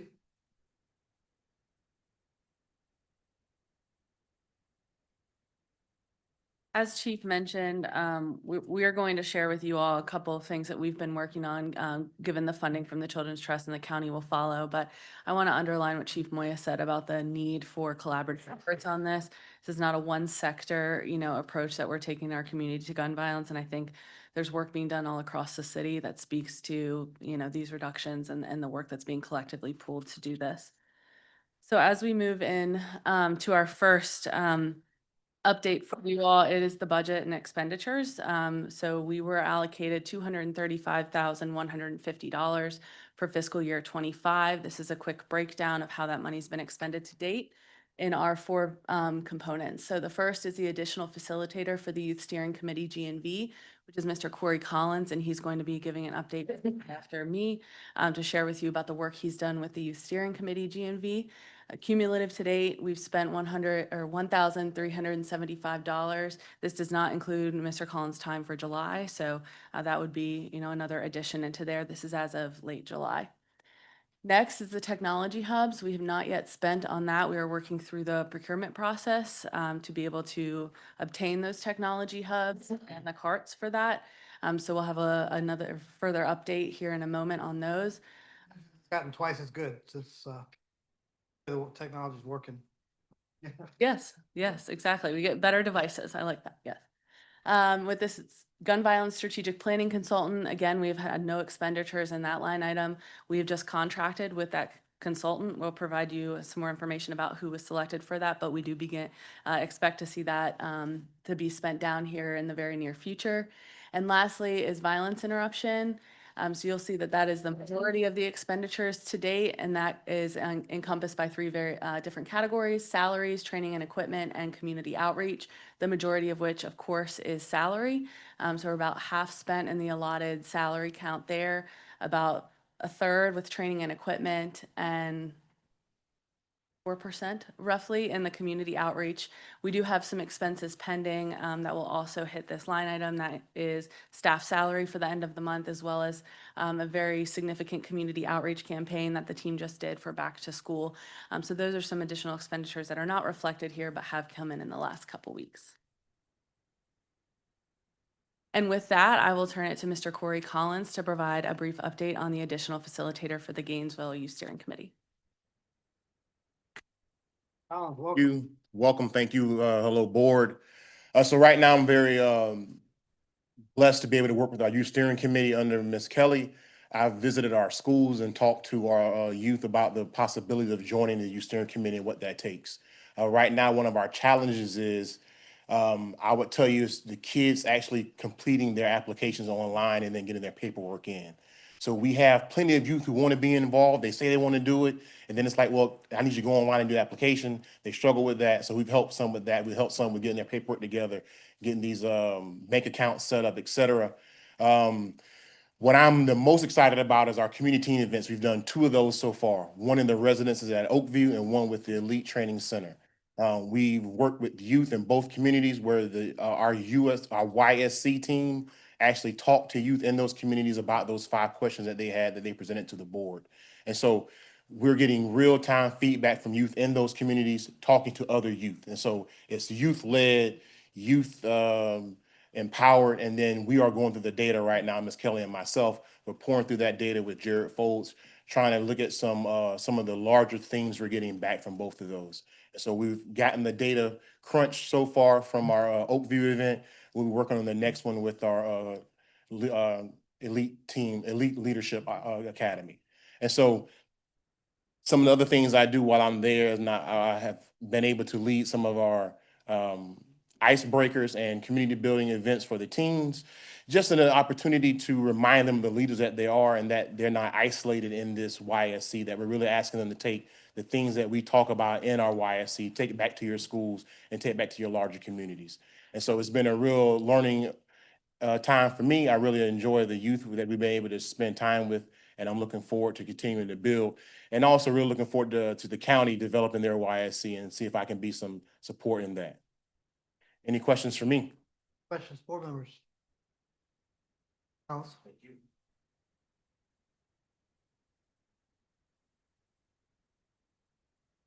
The next component of our budgetary update and our expenditures thus far is our gun violence strategic planning consultant. So we're excited to share that we have officially gone under contract with DPI LLC, which is a professional business consulting firm located in Florida. The group has deep roots in Alachua County and personal experience in gun violence prevention and a passion in this area. You'll see here noted the 3 various phases of their planning process that they laid out in their proposal that will be moving forward this fall. The journey that we followed to get here, of course, we had a formal RFP that went out. We got feedback from stakeholders at the Alliance meetings, from City of Gainesville staff, Alachua County staff, Santa Fe staff, and all of that information was compiled into the scope of work and subsequent request for proposals. In March of this year, that RFP was posted and the cone of silence was implemented. In April, that RFP closed. And in June, the public meeting was held for the review panel to discuss those evaluations. And in July, the consultant was selected and we began to move forward. So we're excited to be able to continue to work with this group to bring them here to Alachua County. And we'll definitely be providing more updates as to opportunities to engage with that group throughout the fall this year.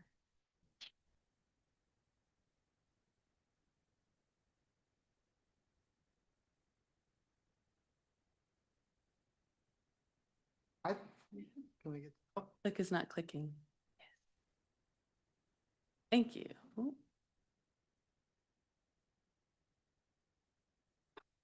And I'll turn it over to Brittany Coleman, our Gun Violence Intervention Program Manager, to share about our violence interrupter work. Welcome. Good evening, Mr. Chair, members of the board, Ms. Kiner, Ms. Goldwire. Thanks for having me. I'm going to talk a little bit about our programmatic updates, starting with violence interruption and including our technology hubs. So just as a quick recap, last year, the city partnered with Bishop Christopher Stokes, who was here a while ago, but I think he had to step out to help us begin our violence interrupter program. Once that contract ended in January of this year, the city took on violence interruption under Impact GMV, which is the city's umbrella for gun violence prevention. We were able to hire and onboard a team of violence interrupters to include a gun violence prevention coordinator to supervise that team, Mr. Caleb Young, who's here today. And 4 additional interrupters. 3 of those positions have been filled. 1 is still vacant. In April, we were able to hire them about mid-March. And so April, May, we really focused on training, onboarding, policy, procedures, things like that, as well as building a city data collection system from scratch. So that took us a little bit. So we focused about 4 to 6 weeks on those things. And these are just some of the numbers that capture almost a 2-month period from June to the end of July. And I think it captures a little bit at the end of May when we launched our data collection system. And so you'll see the referrals from our team of violence interrupters, 64. And underneath referrals, you'll see the categories that those referrals fall under. I don't have exact numbers for each category, but I can tell you that the majority of the need falls within employment and referrals to our BOLD program. Closely after that is education and counseling that folks in the community have a need for. Really quickly, I want to highlight the BOLD program as well, which is another city initiative to impact our gun violence prevention efforts. And we've been able to create a really great seamless kind of referral process where we're able to directly refer folks from the community through our violence interruption program into the BOLD program to kind of offset and provide ongoing follow-up and case management to really take the load off of some of our violence interrupters as they're out there doing the good work that they're doing. For field contacts, we've got 225, and those are the numbers of people as they're engaging in communities that they reach out to. They each keep a tally of the folks that they engage with. And that number is 225. Home visits 50, parental contacts 105, conflicts mediated 28. And again, you'll see the different categories for mediation. The most common category is general conflict. And those that can range from standard just disputes in the community all the way to physical, verbal altercations. And our violence interrupters have been really great at understanding where those conflicts are happening, engaging with folks that might be engaged in those conflicts, and being in a place at the right place at the right time to help mediate some of those conflicts. Retaliatory mediation, again, where those conflicts escalate into potential violence, or they could, being able to understand where that might be a concern or a risk and reaching out to those folks who might potentially carry out that violence to mitigate those conflicts. Social media, we know a lot of our youth, us as adults, are on social media. A lot of the conflicts that we see start on social media. And eke out into the neighborhood. We like to call social media, especially for our teens, their neighborhood, right? Because that's where they do a lot of their making friends, collaborating, hanging out. They do that on social media. And so we like to call that their virtual neighborhood, if you will. And so we see a lot of those conflicts in the virtual neighborhood spilling out into the actual neighborhood. And our team is really good at keeping an eye on those things. After hours, it's probably one of our lowest categories, but as shootings do occur, unfortunately, homicides, our team has responded to some of those to provide support to the community, make sure folks in the surrounding areas are okay, they have the support they need, sometimes being able to connect families to resources, and also not just connect the neighbors and the citizens to resources, but also be of service to Gainesville Fire Rescue, which of course GMV sits under. So they've also been able to be incorporated in the department's overall response to some of those things, which is and for neighborhood canvases, 73, and you'll see some of the different community outreach events listed. And Director Stone mentioned the past couple of weeks, there have been a lot of investment in back to school. And so several drives, opportunities to be out in the community, handing out backpacks, school supplies, talking to kids about having a safe school year, connecting them to services if need be, as well as ongoing mentorship for youth that are in the Forest Pines area, which will hopefully see a resurgence now that school started. Questions about this slide? Members, any questions about this? I have a question. I know Caleb is involved in this a lot. Caleb, can you come up? I just want to ask you a quick question if I could. I know you have an opportunity to really canvass the neighborhoods, make these field contacts. What else do you need?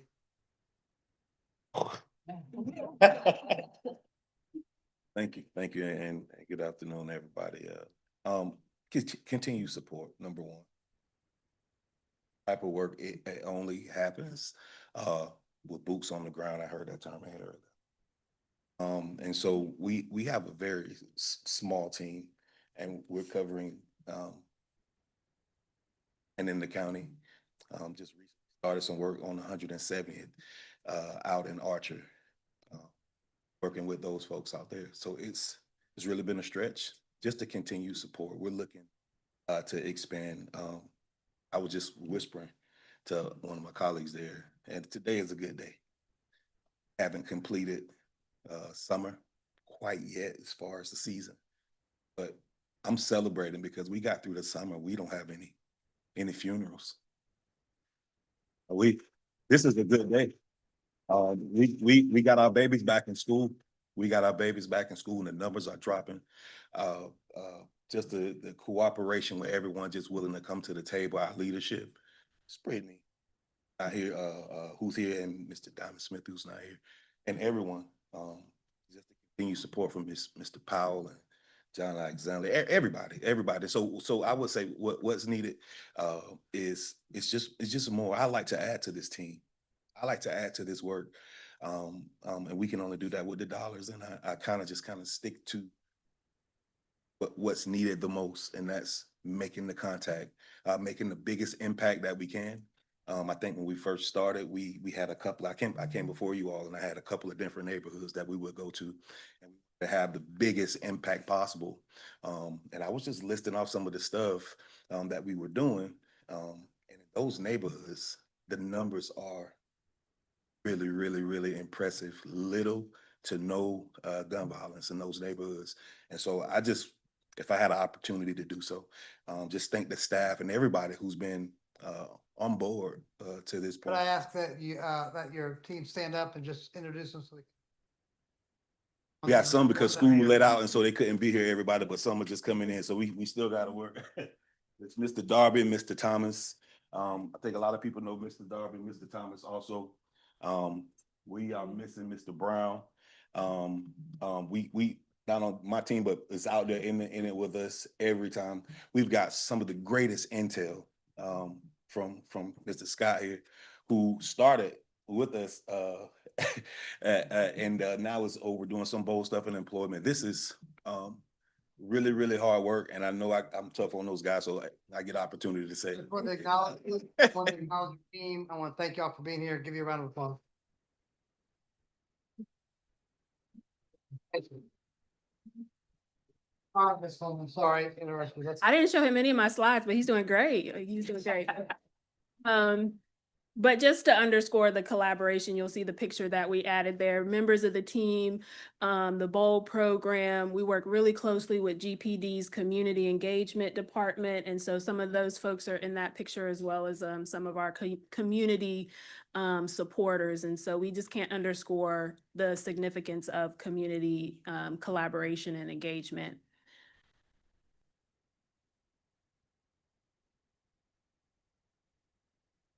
Slide, please. And then just really quickly yes. And then really quickly, our areas of focus, you'll see on the left of this slide, just some examples of the areas, the neighborhoods, the apartment complexes that we focus a lot of our time in. That is not an exhaustive list by any means, and they're not in any particular order, but these are just some examples of the places where we frequent. And you'll see on the right, the zip codes that kind of correlate to some of those areas. And so we spend a lot of time in 32609, 32607, which is county zip code. Think Majestic Oaks, Linton Oaks, Tower Oaks on the west side of town on 20th.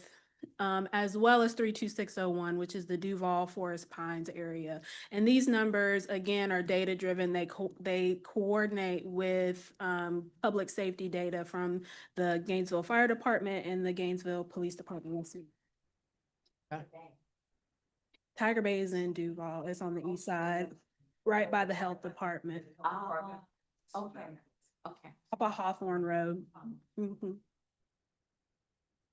But we do have, I don't have it on the slide, but there is a one pager if folks would like to see it, of some of the numbers for shooting from the Gainesville Fire Department that correlate to some of the areas that we've been targeting a lot of our efforts. Just as Mr. Young stated, show the decrease in those specific areas that we have helped focus our efforts. And then the next slide. Just some quick highlights for violence interruption, increased visibility and community engagement efforts. You've heard a little bit of that today. And I also want to say for the community engagement, I think one of the things that have stood out for me is really what seems like an increased amount of trust and collaboration that people in the community have with our team. We're seeing community-led safety efforts where they are invested in making sure that their community is one that's safe, it's free of violence, and they collaborate with our team to be able to do that. And that's a really special thing to see. Coordination of services between violence interruption and the BOLD program, which we've highlighted, conflicts mediated that involve threats of gun violence. And I think in the packet, we might have included a couple of little snippets from their shift notes, but also in July, you might have noticed that there was a lot of attention in 32609, that area saw a lot of fights during the month of June, and our team was out there. Some of those fights did have potential gun violence threats attached to them. And through collaborative efforts with apartment complexes, management, people from the neighborhood, our team was able to connect with those potential violence carriers and mediate those conflicts. And so the general conflicts that I talked about did not escalate into the retaliatory gun violence that we typically see. And that's been a huge part of our efforts. Consistent contact with youth. And then just really quickly, some areas of opportunity. Again, Mr. Young did not see my slide, but this is a great setup. One of the things that Ms. Kiner and Ms. Goldwire mentioned is that our report needs to add a little bit more detail about the folks that are 18 and under. So we're going to go back to our data reporting system and try to update that so that for future presentations before you, we can capture some of those field contacts that include youth that are 18 and under. Filling that vacant position, and to answer your question, Mr. Chair, that ongoing follow-up and case management, we see that as a huge area of opportunity for our team. We know that some of the efforts on this presentation, such as our strategic plan, our technology hubs, once we go through the implementation process, those won't be reoccurring areas of funding. So we want to be able to utilize some of that for our ongoing efforts. Right now, our team is really focused on community engagement and conflict mediation, and they do not currently have the capacity to take on caseloads where they can look at these high-risk cases and high-risk students. And we see a huge opportunity for us to be able to do that and grow in our ongoing follow up with individuals as well as case management. I believe that's the last slide for violence interruption before I move to technology. Okay. All right, so really quickly for the technology hubs, a lot of the conversation here today, especially around literacy involved, stakeholder feedback. So phase one of our process was really getting that stakeholder feedback from youth, from community members, from stakeholders at our monthly alliance meeting. And so right here on the screen, you'll just see some of the themes that came from that feedback that we're going to use in our application process. We want folks and programs to focus on community-centered programming, structured use and safety, which is a recommendation from the board at our last presentation. How are we going to connect students to structured programming as well as have safety features that prevent access to unsafe content? That's going to be a part of our application. Collaborative use, multi-layered programming, and remediation for folks who might need literacy, homework help as they engage in some of these.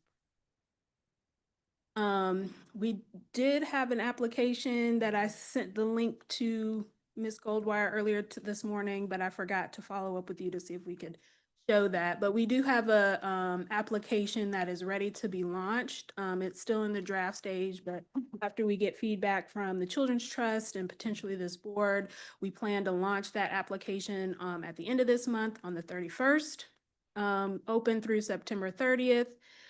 We anticipate the selection process and execution of MOUs to be October through December, with an anticipated start date of January 2026.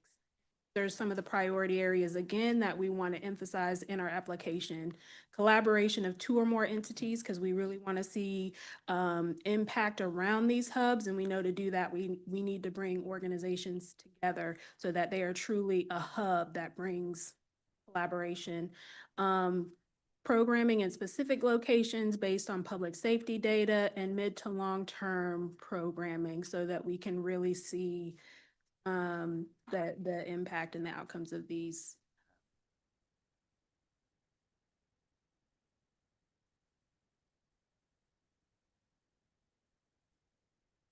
And to close this out, just kind of summarizing what we shared with you all today, we've had immense support from the community, from the folks we work with, from Gainesville Fire Rescue and Gainesville Police Department to make these efforts come to fruition, as well as the city departments, our elected officials, and city leadership as well. With that, we are coming to the end of the FY25, and so our request to the board is to roll the funding from that remains from FY25 into the lines that we have shared with you. That includes the additional facilitator for the Youth Steering Committee and the Strategic Plan and Tech Hub. So working until those projects have been completed as they've been shared and proposed with you all today. We also continue to plan to spend down the FY25 funding for violence interruption, projected to be expended by January or February 2026, based on the trends that we've seen from the team throughout the last couple months. And as Mr. Young shared, as Mr. Coleman shared, the violence interrupters are hard at work out in the community, and we've seen, the impacts of their work. We noted that to be able to expand, that does require additional resources, filling our vacancy, and being able to step more boldly into this space, potentially looking at some of that case management and expanding to other areas of the county as well. In order to do that, that additional funding, we estimate to be about $150,000 for fiscal year 2026 to enhance the violence interruption services and continue them. As Ms. Coleman mentioned, the violence interrupters joined the city team in around April. And so you're seeing about 6 months of work captured in the data and the stories that the team is sharing. So 6 months has gotten us this much progress, and we've invested a lot of department resources and city resources as well into the success of the team, and would love to see that work continue. So this request is in support of that work growing and continuing to move forward into FY 2026. Thank you, Brandy. Okay, members. Questions? All right, so the staff recommendation, Nancy has a. the staff's recommendation is to receive budget recommendation. Nancy, you're recognized? Hi, I just have a question from page 169, where it says budget and expenditures, and what it's showing in here is that there still remains $181,000 to spend, and I'm just wondering, is that all from the trust, or is that other money that you have in your bank account? The money that you're seeing on that slide is reflective of the funding allocation from the Children's Trust in fiscal year 2025. Okay, so here's a question I have for you, and I don't think you can do this without the board's permission, but would there be any interest on your part of using that money in different categories, so that you could use all that money in the ways that you think are going to be best for your organization? And the only reason I ask this is I'm one of those people who never thought the technology hub was worth the money. And if you think it's more worthwhile to have more of your coordinators on boots on the ground, I kind of get that that would be a really good way for you to be able to use those dollars. And do you have any interest in that? I can speak to also your original question as well for some additional context. The funding that you're seeing here on the slide is the Children's Trust funding, but as I mentioned before, we have allocated other city resources as well to support the violence interruption program. So I would consider them, I suppose, in kind, if you're looking at it this way. A vehicle, radios, staff support, time as well. So while this number is reflective of the direct funding going into salaries, equipment, and things like that, there's additional, in-kind city resources, as well as the time and efforts of the BOLD program that complement the work of the violence interrupters as well. So wanted to address that initially, but we have really worked on the plan with our stakeholders for the technology hubs, and really have garnered some excitement about initiating that program with the application and everything in play. So we'd like to continue to move forward with that because we have had those conversations with the community and they have expressed interest. But if there's other ideas, of course, we're happy to discuss them. But we have really, worked to flesh out that process and are looking forward to implementing those hubs, and have gotten a lot of interest from the community. So we would like to see that process forward.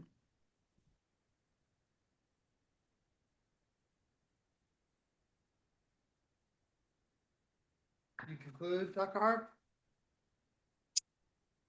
Well, it didn't really answer my question about whether if we were able to give you some flexibility about how to spend this $181,000, it might help you not ask us for so much money in addition. I guess that's what I'm saying. Sure. So we do have an expenditure plan for the rest of the funding. The budget for the strategic plan consultant is as is. That is what is written into the contract. So we do expect that to be completely spent down. The technology hubs are priced per item. So that is an exact amount that we expect to expend based on the cost of laptops as well as the hubs. Mr. Collins' time is contractual as well. So we do have that amount as planned in his schedule with the Youth Steering Committee GNV. And then the violence interruption, as I mentioned, we do project that funding based on current expenditures and the staff time to be expended by January or February. So essentially, they're asking to have this board continue the 181, which was an allocation from last year, and then do an additional 150. Are we doing this as two separate?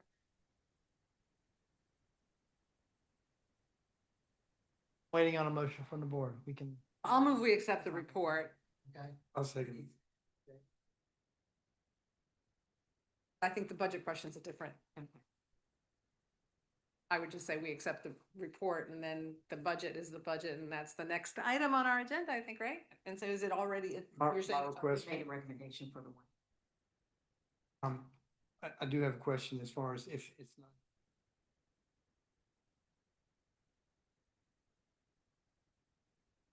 That's what she's saying. That's what they're asking for the roll it over. But Fund balance.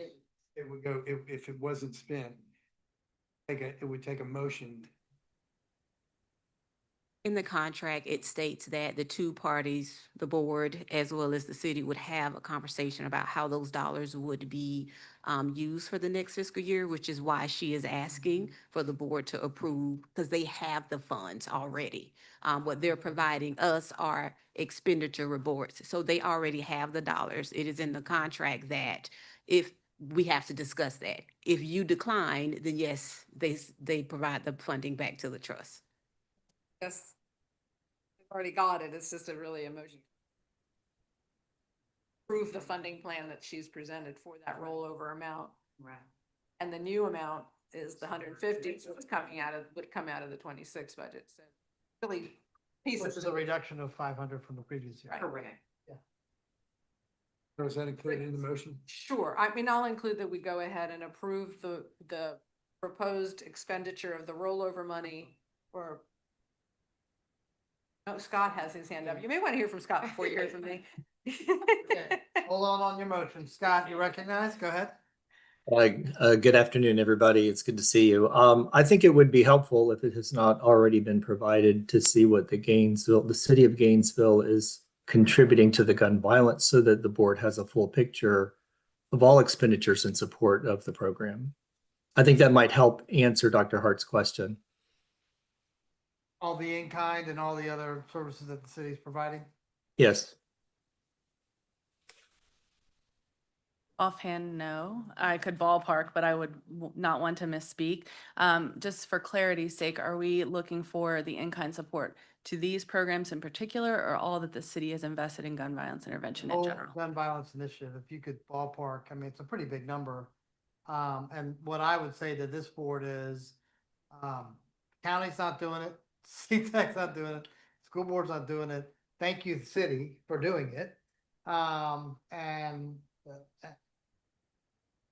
Again, I'm gonna make the statement, let's not make the perfect be the enemy of the good.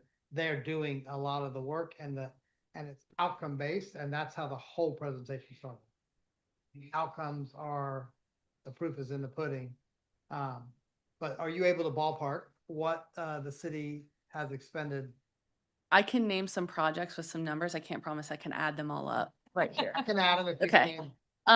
So the first thing was One Nation, One Project, which was the Arts and Wellness Initiative that we started in late 2022 and rolled into 2024 to better understand the relationship between arts, culture, and well-being in relationship to youth gun violence. Our budget for that initiative was $648,000 and some change. And that project officially concluded under the national umbrella last July. We also had $150,000 of ARPA dollars that was allocated by our city commission initially in spring of 2024 to gun violence work alongside Ms. Coleman's salary and benefits as well, which is ARPA funded. And then we also had an additional $173,000 that was allocated by the city commission last fall in response to the City of Gainesville's Youth Steering Committee presentation to allocate funding to gun violence prevention and the Youth Steering Committee recommendations. The ARPA dollars will continue through December of 2026, so we do have remaining funds from those that we have continued to program out and project out through 2026. I don't have the exact number of what that looks like for the fiscal year, but there is some of that funding that does remain to be programmed out through December. 963,000 plus. So that's about where we are. So as I understand, we have three things. One is just accept the report. The other is agree to their funding plan for the role already actually in their bank account. Correct. And then the third is this 150, which I understand is staff's recommendation and is what. Reduction to 500 from the previous. Right. Do we want to do that as a single motion? One big motion. One big motion. I'll make that motion. Second. Motion is second to accept your rollover funds, to accept staff's recommendation, and to accept. We have a second. Do we have any discussion from the board? Got a question about countywide. This was trust invest in anything for a countywide initiative. Okay. Okay, is there anyone from the public that wishes to speak to this motion? Chair, might I add something to Ms. Certan's comment? Yes, please. I would like to add that the technology hub, strategic planning consultant, and violence interruption are all focused countywide. So we'll be engaging stakeholders across the county for the strategic plan, and we're partnering with the county, of course. On that, the technology hubs will not just be located in city limits. They will be spread across the county, and the violence interrupters are frequently in the county as well. So those three efforts are spanning beyond the city limits. Thank you. Dr. Carter? His hand is up again. Okay, Dr. Hart? Thanks. I mean, that's a real good answer to the question. Are we serving the entire county? But my question is, and it wasn't really clear to me from the presentation, how much of this really good report is really about the 18-year-olds and under, about the kids, because that's really what we're supposed to be funding. Sure. So for the additional facilitator for the Youth Steering Committee, as we mentioned, that expenditure does go to Mr. Collins as the additional facilitator. Ms. Kelly, would you like to say anything? All the interrupter monies go into under.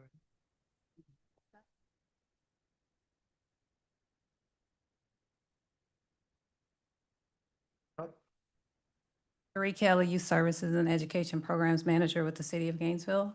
I've also overseen the Youth Steering Committee for the last 2 years. And when I see these numbers and the impacts that are made with gun violence across our community, I can't help but think of the voices of our Youth Steering Committee, and what they've said are some of the most important things in addressing youth gun violence, which are the communities in which our youth live and the role models of the adults that are around them. Right. And so we really, it's kind of amazing what they say really speaks to a public health approach, that our youth live within relationships, within communities, within society. And so we have to address all of those levels. And some of the most important things they say is addressing those resources, those environmental and those community aspects, and also those adults that are around them that are unfortunately, being negative role models in many ways. So, you know, I think a lot of what is being done with these funds, although it may not immediately appear to impact the youth, they are directly impacting the youth based upon what our Youth Steering Committee says. really quickly from a violence interruption perspective that a lot of the folks in the field contact category, I don't have the exact numbers and we'll be able to do that on our next presentation, but I would say probably 40 to 50% of the folks that they engage with are youth. For our community engagement efforts, those are, we gave 120 backpacks that was specifically to school age youth and their families. There's a home visit category. Those are often youth and their families as interrupters are kind of making a plan for safety. So a lot of the things that we do under our violence interruption category do focus on youth and their families. Does that satisfy your question?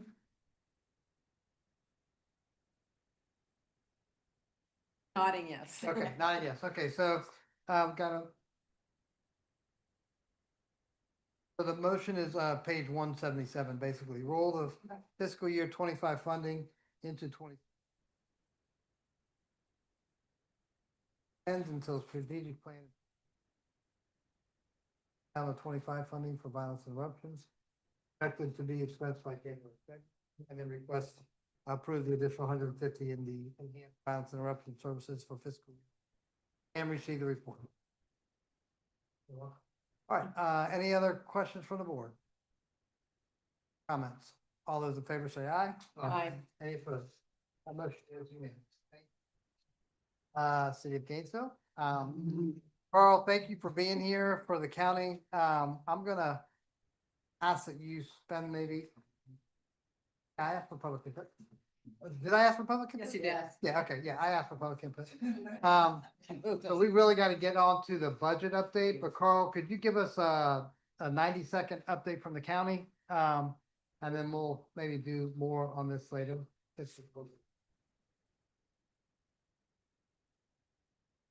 evening, Mr. Chair, members of the Children's Trust. Carl Smart, somewhat retired, but somewhat still working part-time as a executive liaison.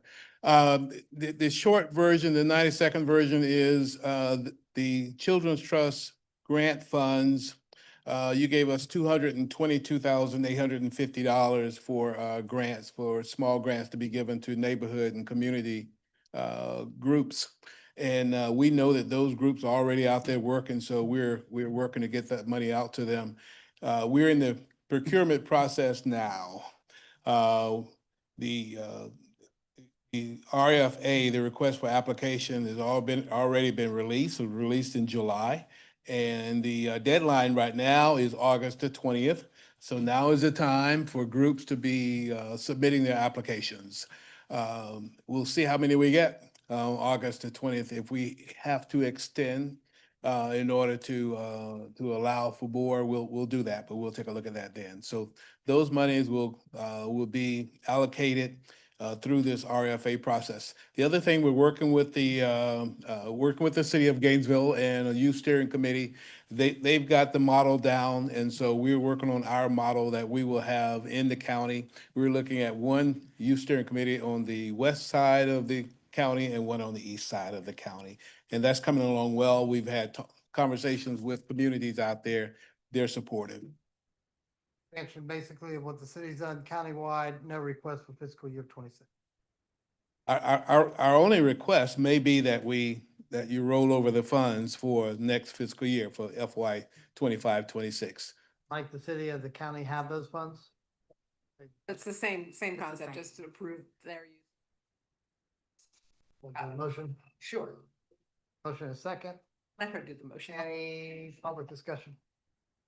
Back to the board. Any further board discussion? Aye? Aye. Any opposed? Go forth and prosper. Thank you. Thank you so much. Thank you. We can enjoy retirement, Carl. All these people that stick around, dang. Yes, thank you, city. Thank you, Brandy, Brittany, thank you all. Appreciate it. Okay, Candace. All right, we're gonna move on to item 19. I would like members certain to notice that we have not stopped the meeting at 6 o'clock. We are continuing our work.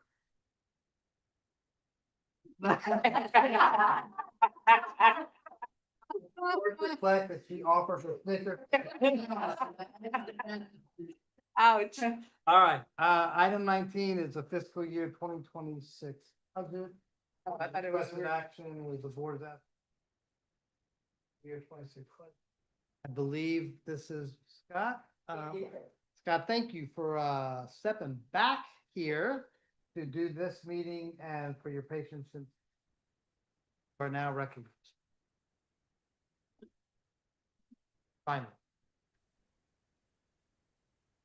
From you. I think, are you asking me, Commissioner Cornell? I think we're going to start off with Belita to review the changes in the programmatic funding, if I'm not mistaken. Okay, and then I will follow up with a full debrief on the budget. Yes. So at your seat, you should have an updated printed program budget proposed fiscal year 2026 proposed budget. So I'm just going to briefly walk you through the changes that the updates from what you saw previously. Under goal 1, U of Health Access Program changes to reflect a full year of funding.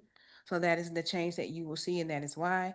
Child Advocacy Center, the COLA is omitted for fiscal year 26. We initially reduced their contract in the previous year due to lack of expenditures over the last couple of years. However, CAC has made significant efforts in regarding, efforts regarding expending funds, and which include but not limited to securing staff. So they will be back to the 157,500 that you see.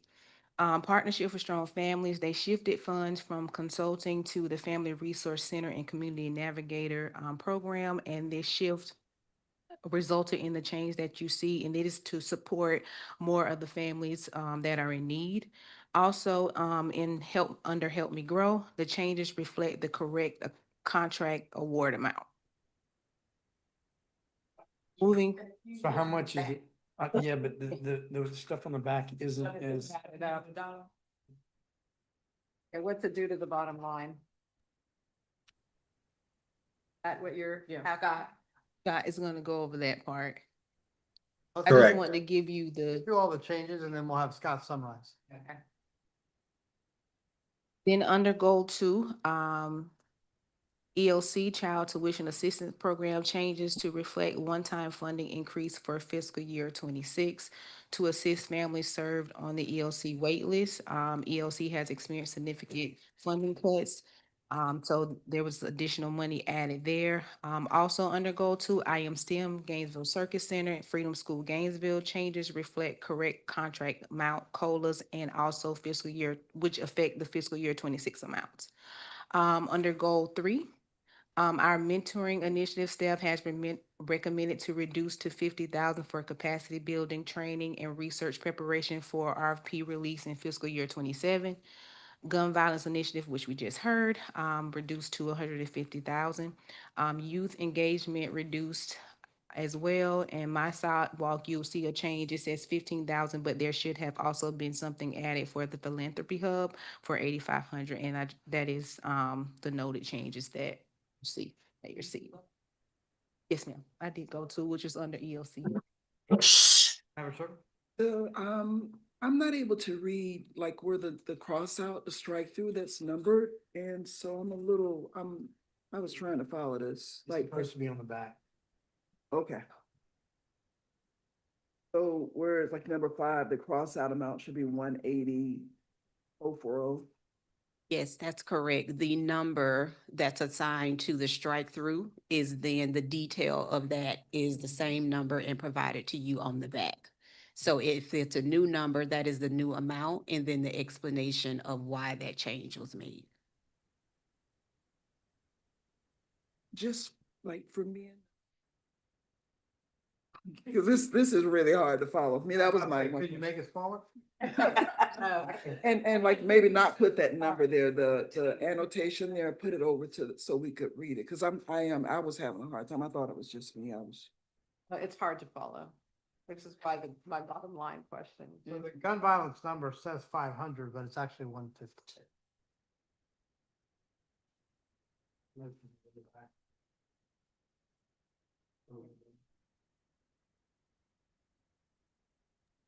Pat, you are now ready to summarize for us.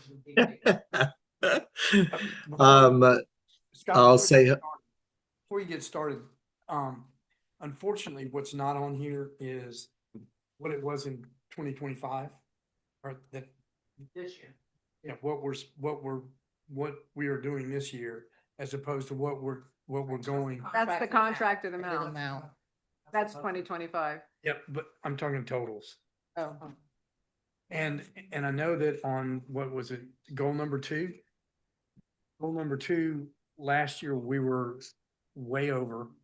And so it would be nice to know, what are we doing? What are we doing as far as moving it, we talked about changing some of the things to see if maybe some of those changes could be taken care of, because I think we were down a little bit in goal 1, whether it could be shifted over, whether it made sense to shift it over. Because if we're still way over on 2, I think we need to look at how we get it, what do we need to accurately reflect the percentage that we talked about at the workshop. I thought we were gonna try and put things, recategorize some things so that they felt. That was one, getting things in the right bucket.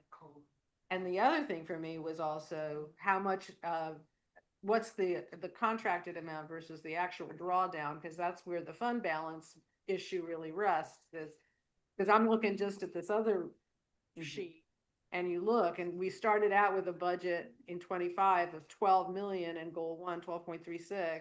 We ended up with we were at a committed amount of 10.1, and we're way below that kind of on a percent expended. It's hard for me to figure out where we really are.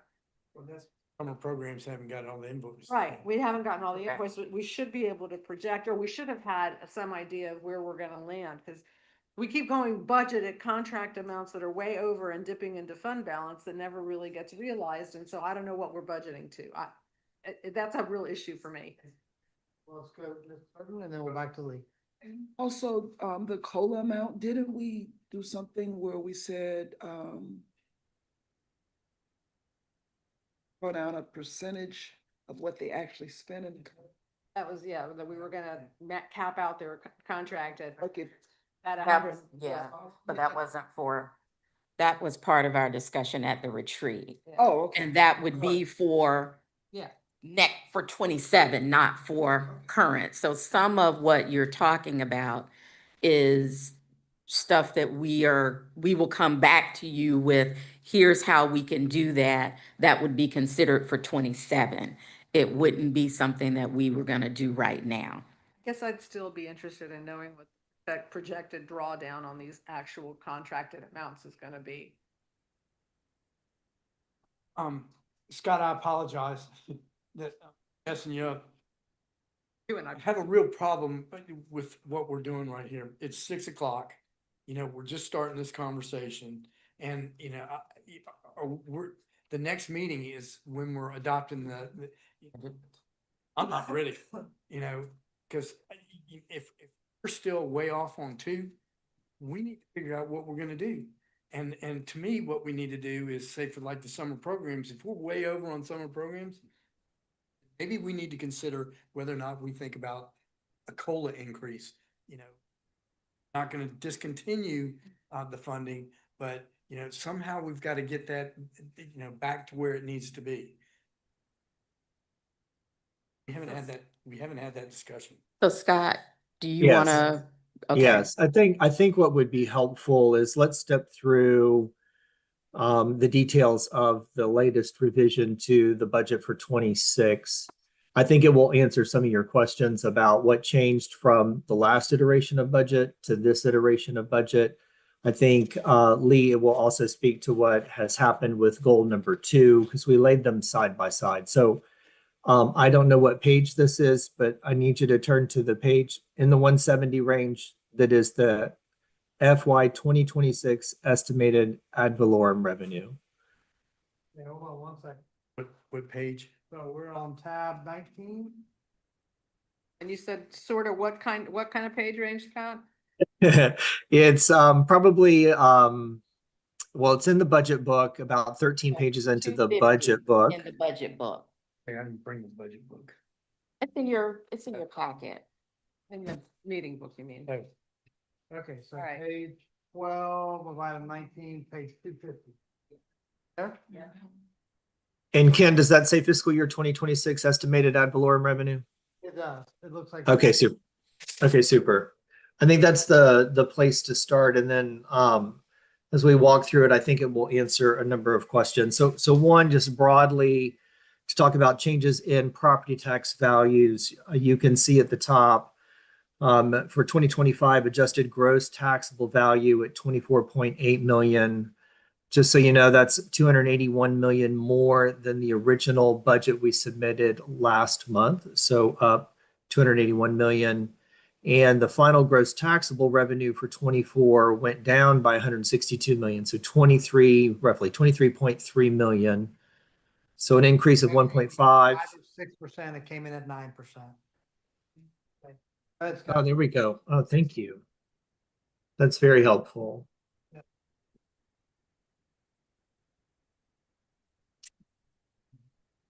Hang on, I'm getting my focus back. So yes, so the change, if we stick with the proposed 0.45 millage rate, moves us to 10.8 million.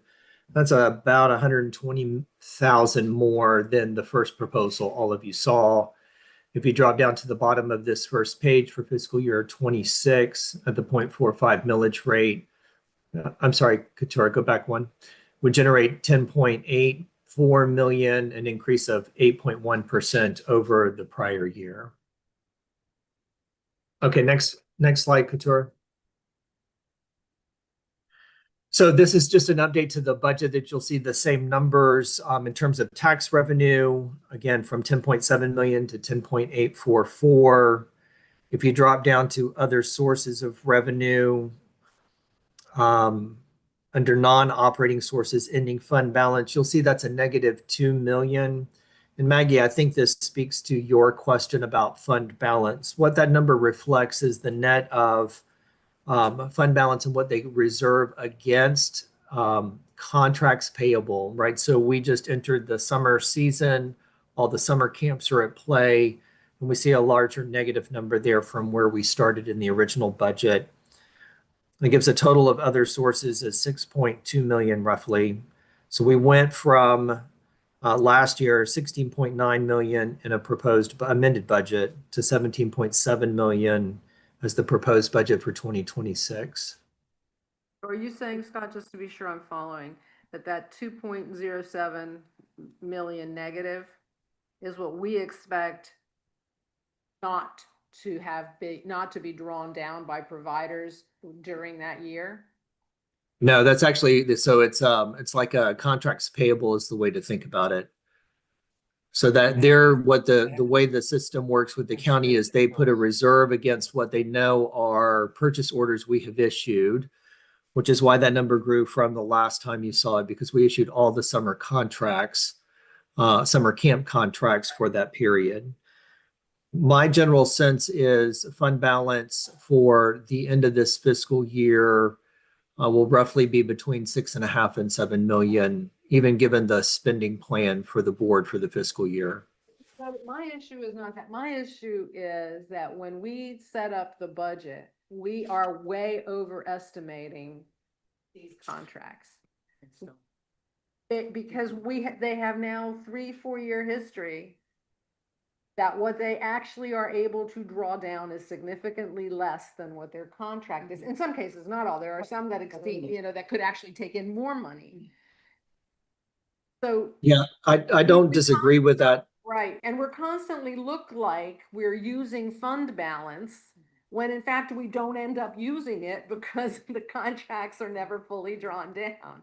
And I'd like to get us to a place where I can look at a budget that's more likely to be close to 100. It's never going to be 100%, but much closer to 100% now, so that we can actually make a judicious decision about how to use the fund balance instead of saying we're going to use it for operations, that we then don't use it for operations because we aren't drawing it all down.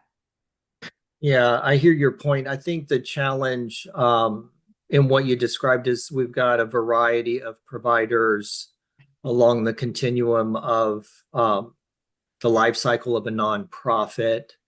I think with this past year, we made some progress in reducing budgets. I don't mean to speak for Christy and her team. I think what's challenging is to know if last year's expenditures against a contract amount will be consistent in the following year. I think there are some providers that that's true. I think there are other providers that continue to make progress. So I think this past year we made some progress on that, but your point is noted about how we do, maybe it's a reserve against what we think is the full funded amount that is just updated monthly based on expenditure patterns. And I understand it's a huge challenge because on top of that, you got contracts that run partial year, full year, crazy Yeah. middle of the year. So Yeah. I get it. I get that. I think I just wanted to add that the updates and the suggestions from the board have been implemented. Where Scott was going is that this current year, we reviewed all contracts and made determinations right then and there that based on your expenditures and or your programmatic or your inability to meet the programmatic requirements, we made reductions in contracts. And so we have started that process, and I think we'll continue to get better each year, but the process has started. And so the recommendation came halfway through the last fiscal year, so we were able to implement it this fiscal year, and then we'll continue to move forward with that. I think also that there are times we can't predict what's going to happen. Someone's, exactly, you'll never be 100%, but with the communication through the providers and the contract managers, that is happening, along with CQI, performance measure review, fiscal review, implementation of SAMIS, that's on third, fourth year, I don't remember anymore right now, but all those things have been put in place to do exactly what we are saying right now. Scott. Okay, let's go to the next page, Katura. So these are operating expenditures. You'll see for personnel services, we've had a small reduction of about $55,000, just triangulating on known new hires and straightening out that part of the budget. Operating expenses down about 30,000.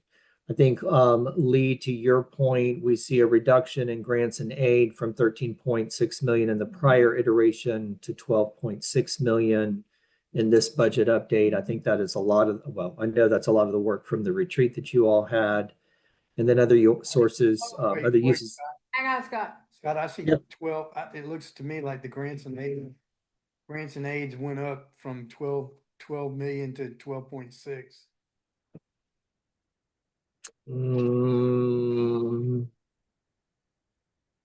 Third line. That's from fiscal year 25, Lee. I think what's missing on this that you'll see in the programmatic awards is the iteration from the initial budget we presented to all of you for 26 and this iteration. So I hear your point, but I think I did not update this slide to reflect the change in the proposed budget from the initial budget we submitted. Yeah, the last meeting, it was that line was 13 something. Yeah, 13.6 million. Yeah. You'll see it when we go through the programmatic awards, Lee. Okay, thank you, Scott. Yep, for sure. You'll see if you drop down to collaborative task forces, Fund 102, we eliminated that 62.5. That was a question from the last board meeting where we know CTAC isn't carrying a commitment for what was originally the literacy task force. Everything else remains the same. So we went from, so for you to know, Lee, we went from the first iteration of 26, 18.9 million to 17.7 million in the proposed budget. Okay. And then I think you can skip ahead 2 slides, Katura. Okay, so here you see on the last 2 columns, the original proposed contract budget versus the tentative contract budget, which is what's presented to you today. So you start to get a sense of what has shifted for each of the contracts. I think the one that is, there are a few that I will just point out if I can see, you'll see some increases on this page in particular. Thank you. Like, for example, Partnership for Stronger Families, Community Navigators, as Belita was mentioning, a slight uptick there. For the consultant contract, a small decrease. If you look towards the bottom, we went from a 3.2 million commitment from the proposed contract budget to a 3.4 million. So a small uptick, still 1.8 million of goal one that was not allocated.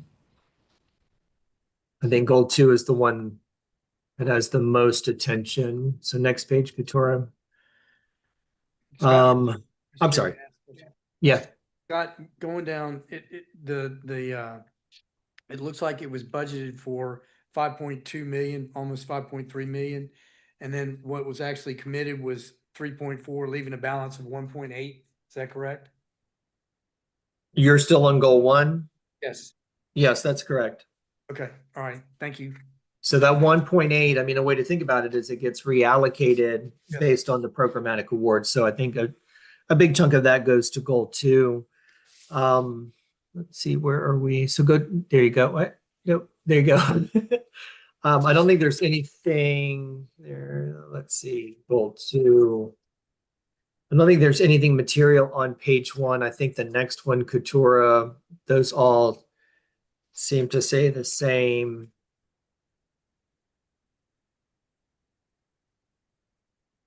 I think what ended up happening here is we moved some things from one goal to this goal, if I'm not mistaken. Moved into it. So when you look at the net, if you, let me see, are you on Oh, two, yeah, goal two, 3.4? is a lot higher for goal two. The right. Here. A little. I can see on, it's not in. It should be. 1.1 to 545. I mean, goal three. Is that what he's trying to find? What's the issue, Scott? I'm not, I did not hear any of whatever that conversation was. No, I was just saying, go ahead. So, Couture a little bit bigger for me. Thank you. I can't believe I said that. So for goal two, based on the retreat that you all had moved from the original 3.268, went up for about $200,000 for goal two in terms of overcommitment. So 6.9 million to 7.1. So spent 200,000 more in goal two. Let's go to goal three. The commitments.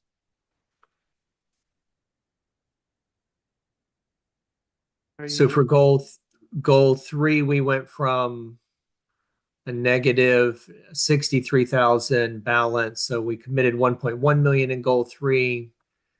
In the revised budget, it moved to 545. So that added or freed up. Oh, good Lord. I was still on the prior page. Yeah, so for goal three, that added about 500,000 more to support other programs outside of that goal. If you scroll down a little bit for me, Katura, and here about 10,000 more in capacity building and mini grants. So last page, I think.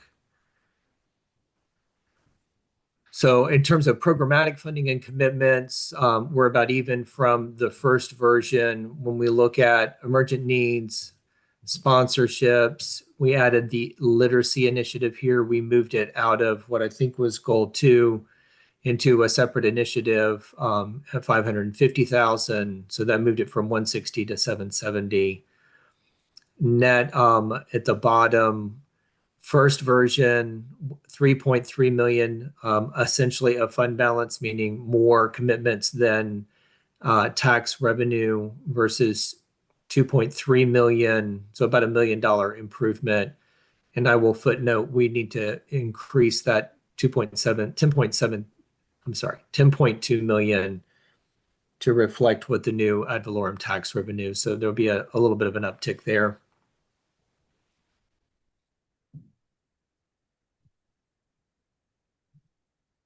That 10.2 million changed to 10.8. Yeah, that's correct. 10.721. So it's just, yeah.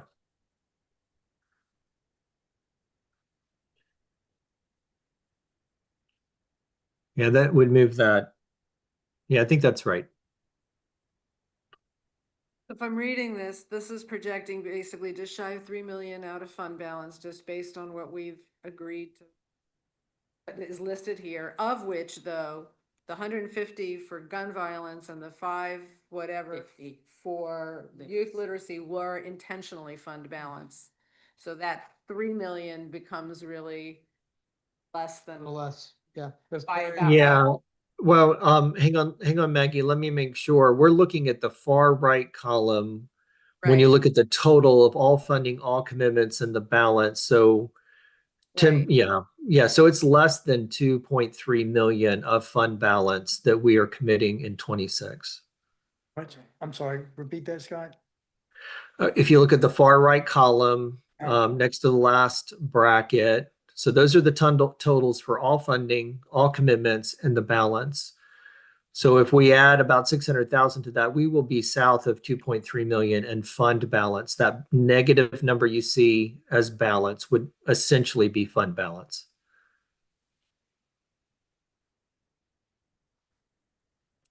Another way of saying it is over the course of the last month, we've made $1 million improvement in the commitments, a reduction of $1 million in commitments of essentially fund balance from 3.3 million in the first iteration, the proposed budget, versus the tentative budget at 2.3 million.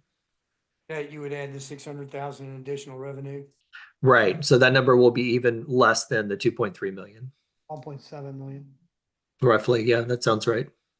And if you had to just take a real ballpark stab at, in 2024, how much of our contracts were not drawn down fully? I would bet it was easily 2 million. Oh yeah. Yeah. I would anticipate, Maggie, another way of maybe answering your question is for fiscal year 25. We'll be somewhere between 2 and 3 million of unexpended program funds for the fiscal year. We're at 2.7 of unexpended goal 1, 4.1 of unexpended goal 2, but we still have the summer school stuff to come in. Yep. It would really be good if we could somehow in our financial, Scott, like when you're billing insurance, you make an allowance for bad debt. Yes. An allowance for doubtful accounts, an allowance so that we can have a sense of where we're gonna land. So that we don't feel so bad about it, because it also then keeps us from being more intentional and having a solid discussion and that's intentional around how we do want to use that fund balance on one-time pilot research kinds of topics. But it seems consistent now that we've always got this kind of an allowance for undrawn down funds, which sounds inelegant. The members, before we kind of move to a motion, we have a board meeting on the 8th of September from 4 to 5, and then our first trim. And then we have a board meeting on September 22nd from 4 to 5, where we do the second reading and finally adopt our budget. Do we need a special meeting prior to that? I don't know what's on the agenda for that board meeting. One thing we could do is take that first meeting of the 8th and kind of hone this in. Or have a workshop. Right? Have a workshop prior to that so that we hone this in so that we can adopt our final by the 22nd. Well, man, I think we probably need that. But at the last meeting, didn't we change the percentages? That was our strategic planning for the fiscal year retreat, next. and that's not for this budget cycle. It's for But however, 27. You want to move fast and well. Yeah. however, we have got that changed, and with that change in mind, what happens to the different goals? Because And there's more discussion. we've agreed that's what we're gonna do for the future. So are we already kind of there? I mean, I find it bothersome on two that we're so off. Okay, don't know that is a uniform feeling for the board, but if we go into the percentages that we allocated in next year, does that make goal 2 less off? Trying to get more comfortable with less. Look at it a slightly different way. I do too. Go ahead, Ben. I think we're not yet, and I, asking Marcia this, I think the first step is to make sure we have things in the right bucket. We may not be as far off as we think we are. If we move things into the correct bucket, that's gonna take some staff time in the midst of trying to do. That's next year, right? Right, but what I'm saying is, That affects this if we know that things are in the wrong bucket, but are not yet ready to move them, I'm okay with things being a little skewed. But I need that information, because right now I'm not happy with goal 2. Right, but I don't think we can have that information timely enough for you to feel okay with it this year, is what I'm hearing.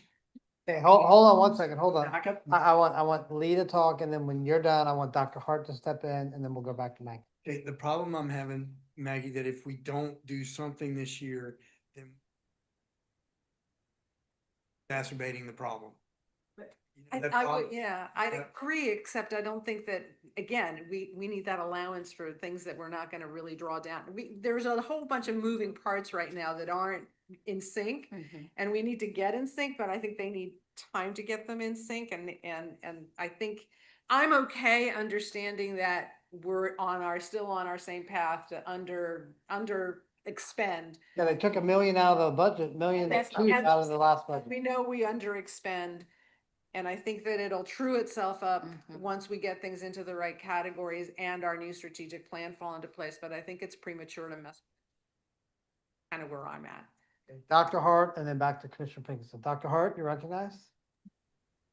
I really appreciate, Lee, what you said, because you're uncomfortable with goal 2 and I'm uncomfortable with goal 3. And I hate to be a broken record, but I think if we fix 2, we can also fix 3.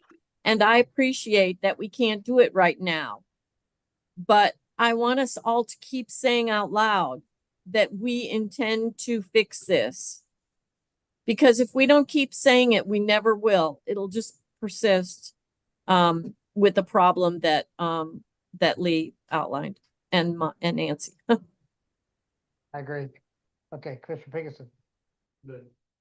Okay, so do I hear a motion to receive the updated proposed fiscal year 26 budget? Make a motion to receive it. That's better than not approving it. All right, do I hear a second? A second, okay, so we got a motion, a second. For staff, what would we like to see for the board meeting on the 8th? So that we do more than just receive, we approve in first reading. Would you like to have a workshop prior to the board meeting? Prior to the meeting? So from 3 to 4. 3 to 4 I would workshop. propose we at least do that. We workshop What from, we're gonna do, because my questions aren't gonna be answered, because we said we're kind of punting it until, as we go through the next.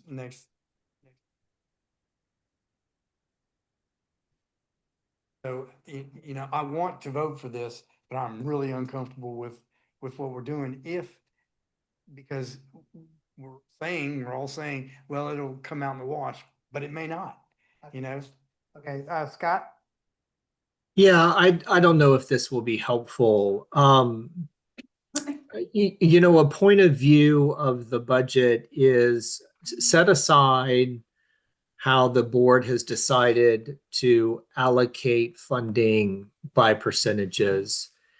I think what I see when I look at this is what are higher acuity requests from the community. And I mean, you can move line items in the budget from one category to the other, and I understand that as a premise.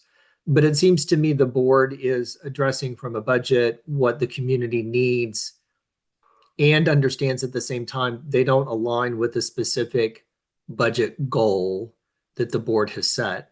And it's my way of saying, at least when I look at it, this is more strategic, right, than the strategic plan because you were paying attention to what the community requires today, recognizing an unknown future in terms of what's next, meaning in terms of funding requirements or funding requests from the community. Okay, well said.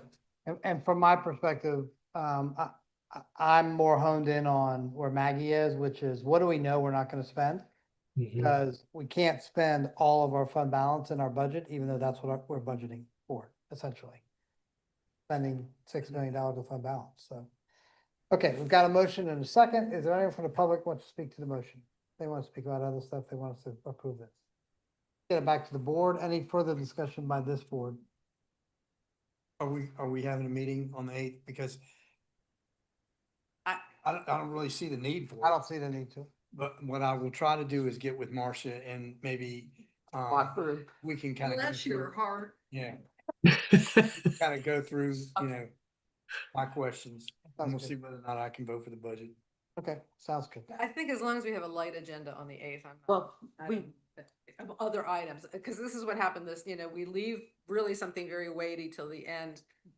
Fairly, because we don't want to keep people here while we hash this stuff out.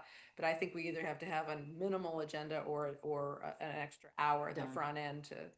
Okay, so we'll leave that to staff to determine if we have a heavy item, we'll just move the meeting up to 3. Otherwise, we're going to start at 4. Okay, all those in favor of the motion, say aye. Aye. Any opposed? Motion is unanimous. Okay, we're going to move now to item 12, which is the item that was pulled from consent. the policy. Item 12, and the recommended, it's a policy update, the recommended action on this item is that the board is asked to approve the resolution. Member Certain, you're recognized. Thank you. I mean, staff has presented it to us. I didn't know if I wanted to pull this because I think it's too important to just have it kind of consumed in our consent agenda. Public needs to know that this is the direction that we're going, but I do have one thing that I would like to, or a couple of things I'd like to add to it is that of a concern that someone brought to my attention of we may not always have this board and this staff, and the concern from a few members in the community. Something unsolicited item, they want to make sure that the board would know about it and that the issue isn't gate kept or kept from the board by staff. So yeah. Staff will inform the board of. Periodically of things, whatever. So that's what I was going to suggest that we add to that. I think that's a good point. Yes. I'm going to go ahead and make your motion and make that change. So I move that we update the resolution, whatever the number is, to 2025-09 to include a provision that staff provides the CTAC board with a list of unsolicited or unplanned requests.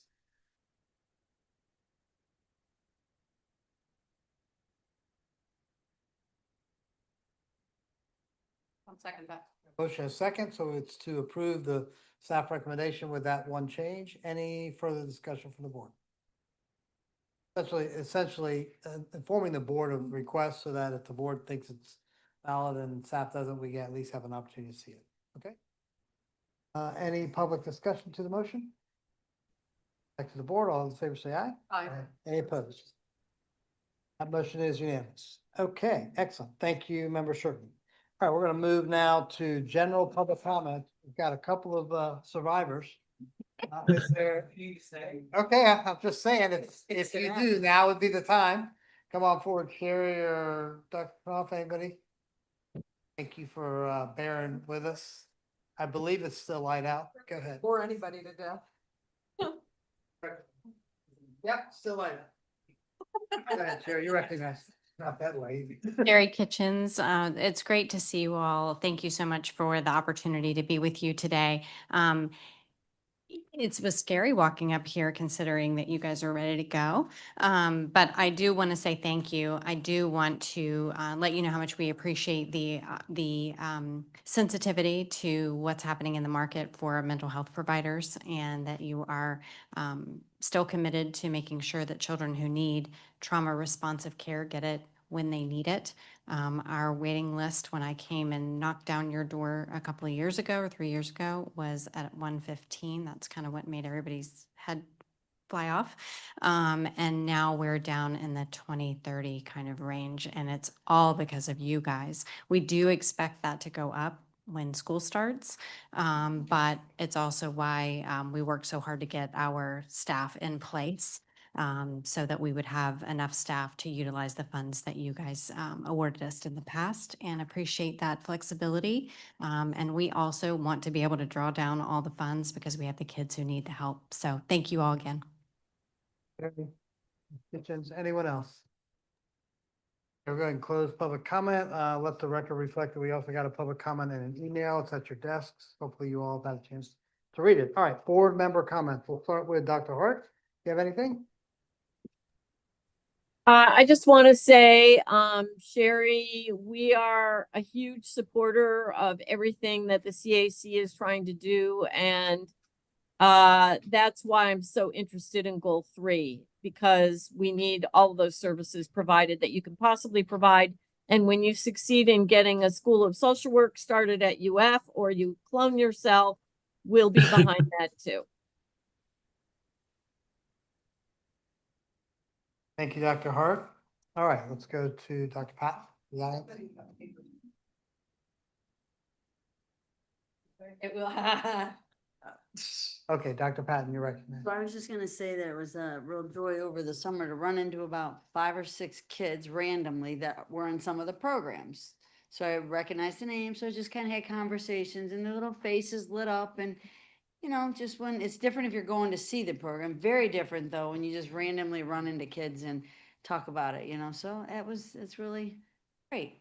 And you did mention it was the first day, so today we had red carpet at Littlewood Elementary School. So the kids were the celebrities and walked in on a red carpet and had a little step and repeat board. And city chief Moya came along and joined me, and then we went over to Kanapahau Middle, same thing with a red carpet, a step and repeat, and then the sheriff met the kids with us. So it was cute. Even the middle schoolers we're like, oh, you're our celebrities, and it's a red carpet. Like, wow. It was kind of a nice day. Exactly. And when their moms wanted a picture, no, mom, but a bunch, they were okay. Middle school's the odd year. But anyways, proud to be on the board when you have kids that just faces laid up. Thank you for those comments. Member Shorten, do you have anything?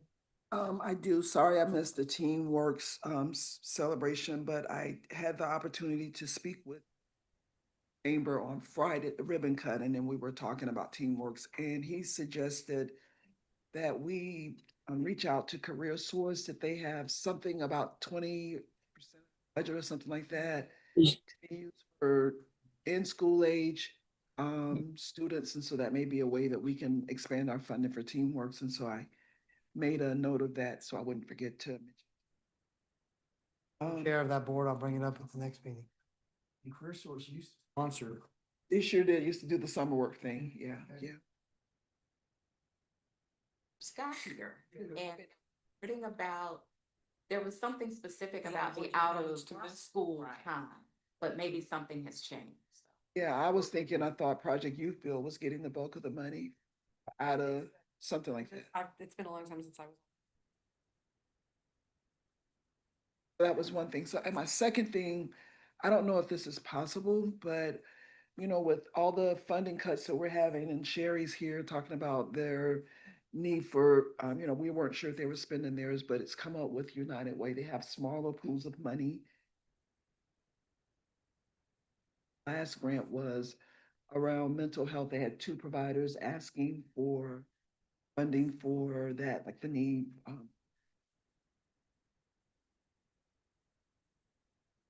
or Sherry gave that, and I wasn't sure if there was some type of partnering that the Child Advocacy Center could do with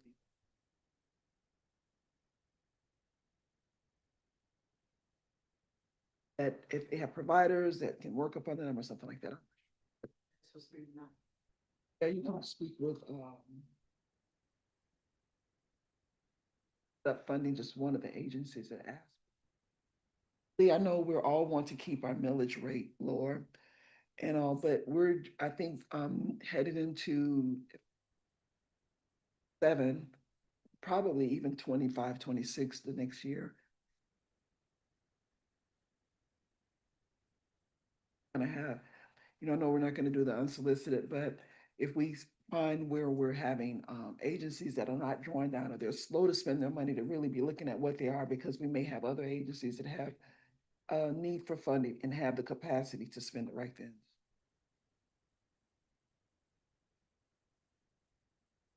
And I was gonna second that, I do think we're gonna start seeing more needs. Backpack program and having to pick up gaps. And I don't think it's us supplanting, but I think it's right. So I think we may have to relook at what we're focused on or reallocate from time to time. Barb?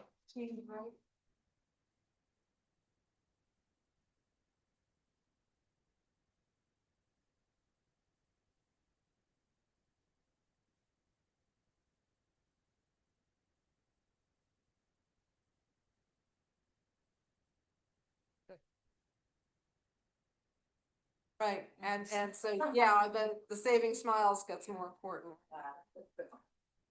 Okay, I will conclude by letting everybody know item 20, CTAC providers receiving CTAC enrichment, which was requested by Dr. Labarda.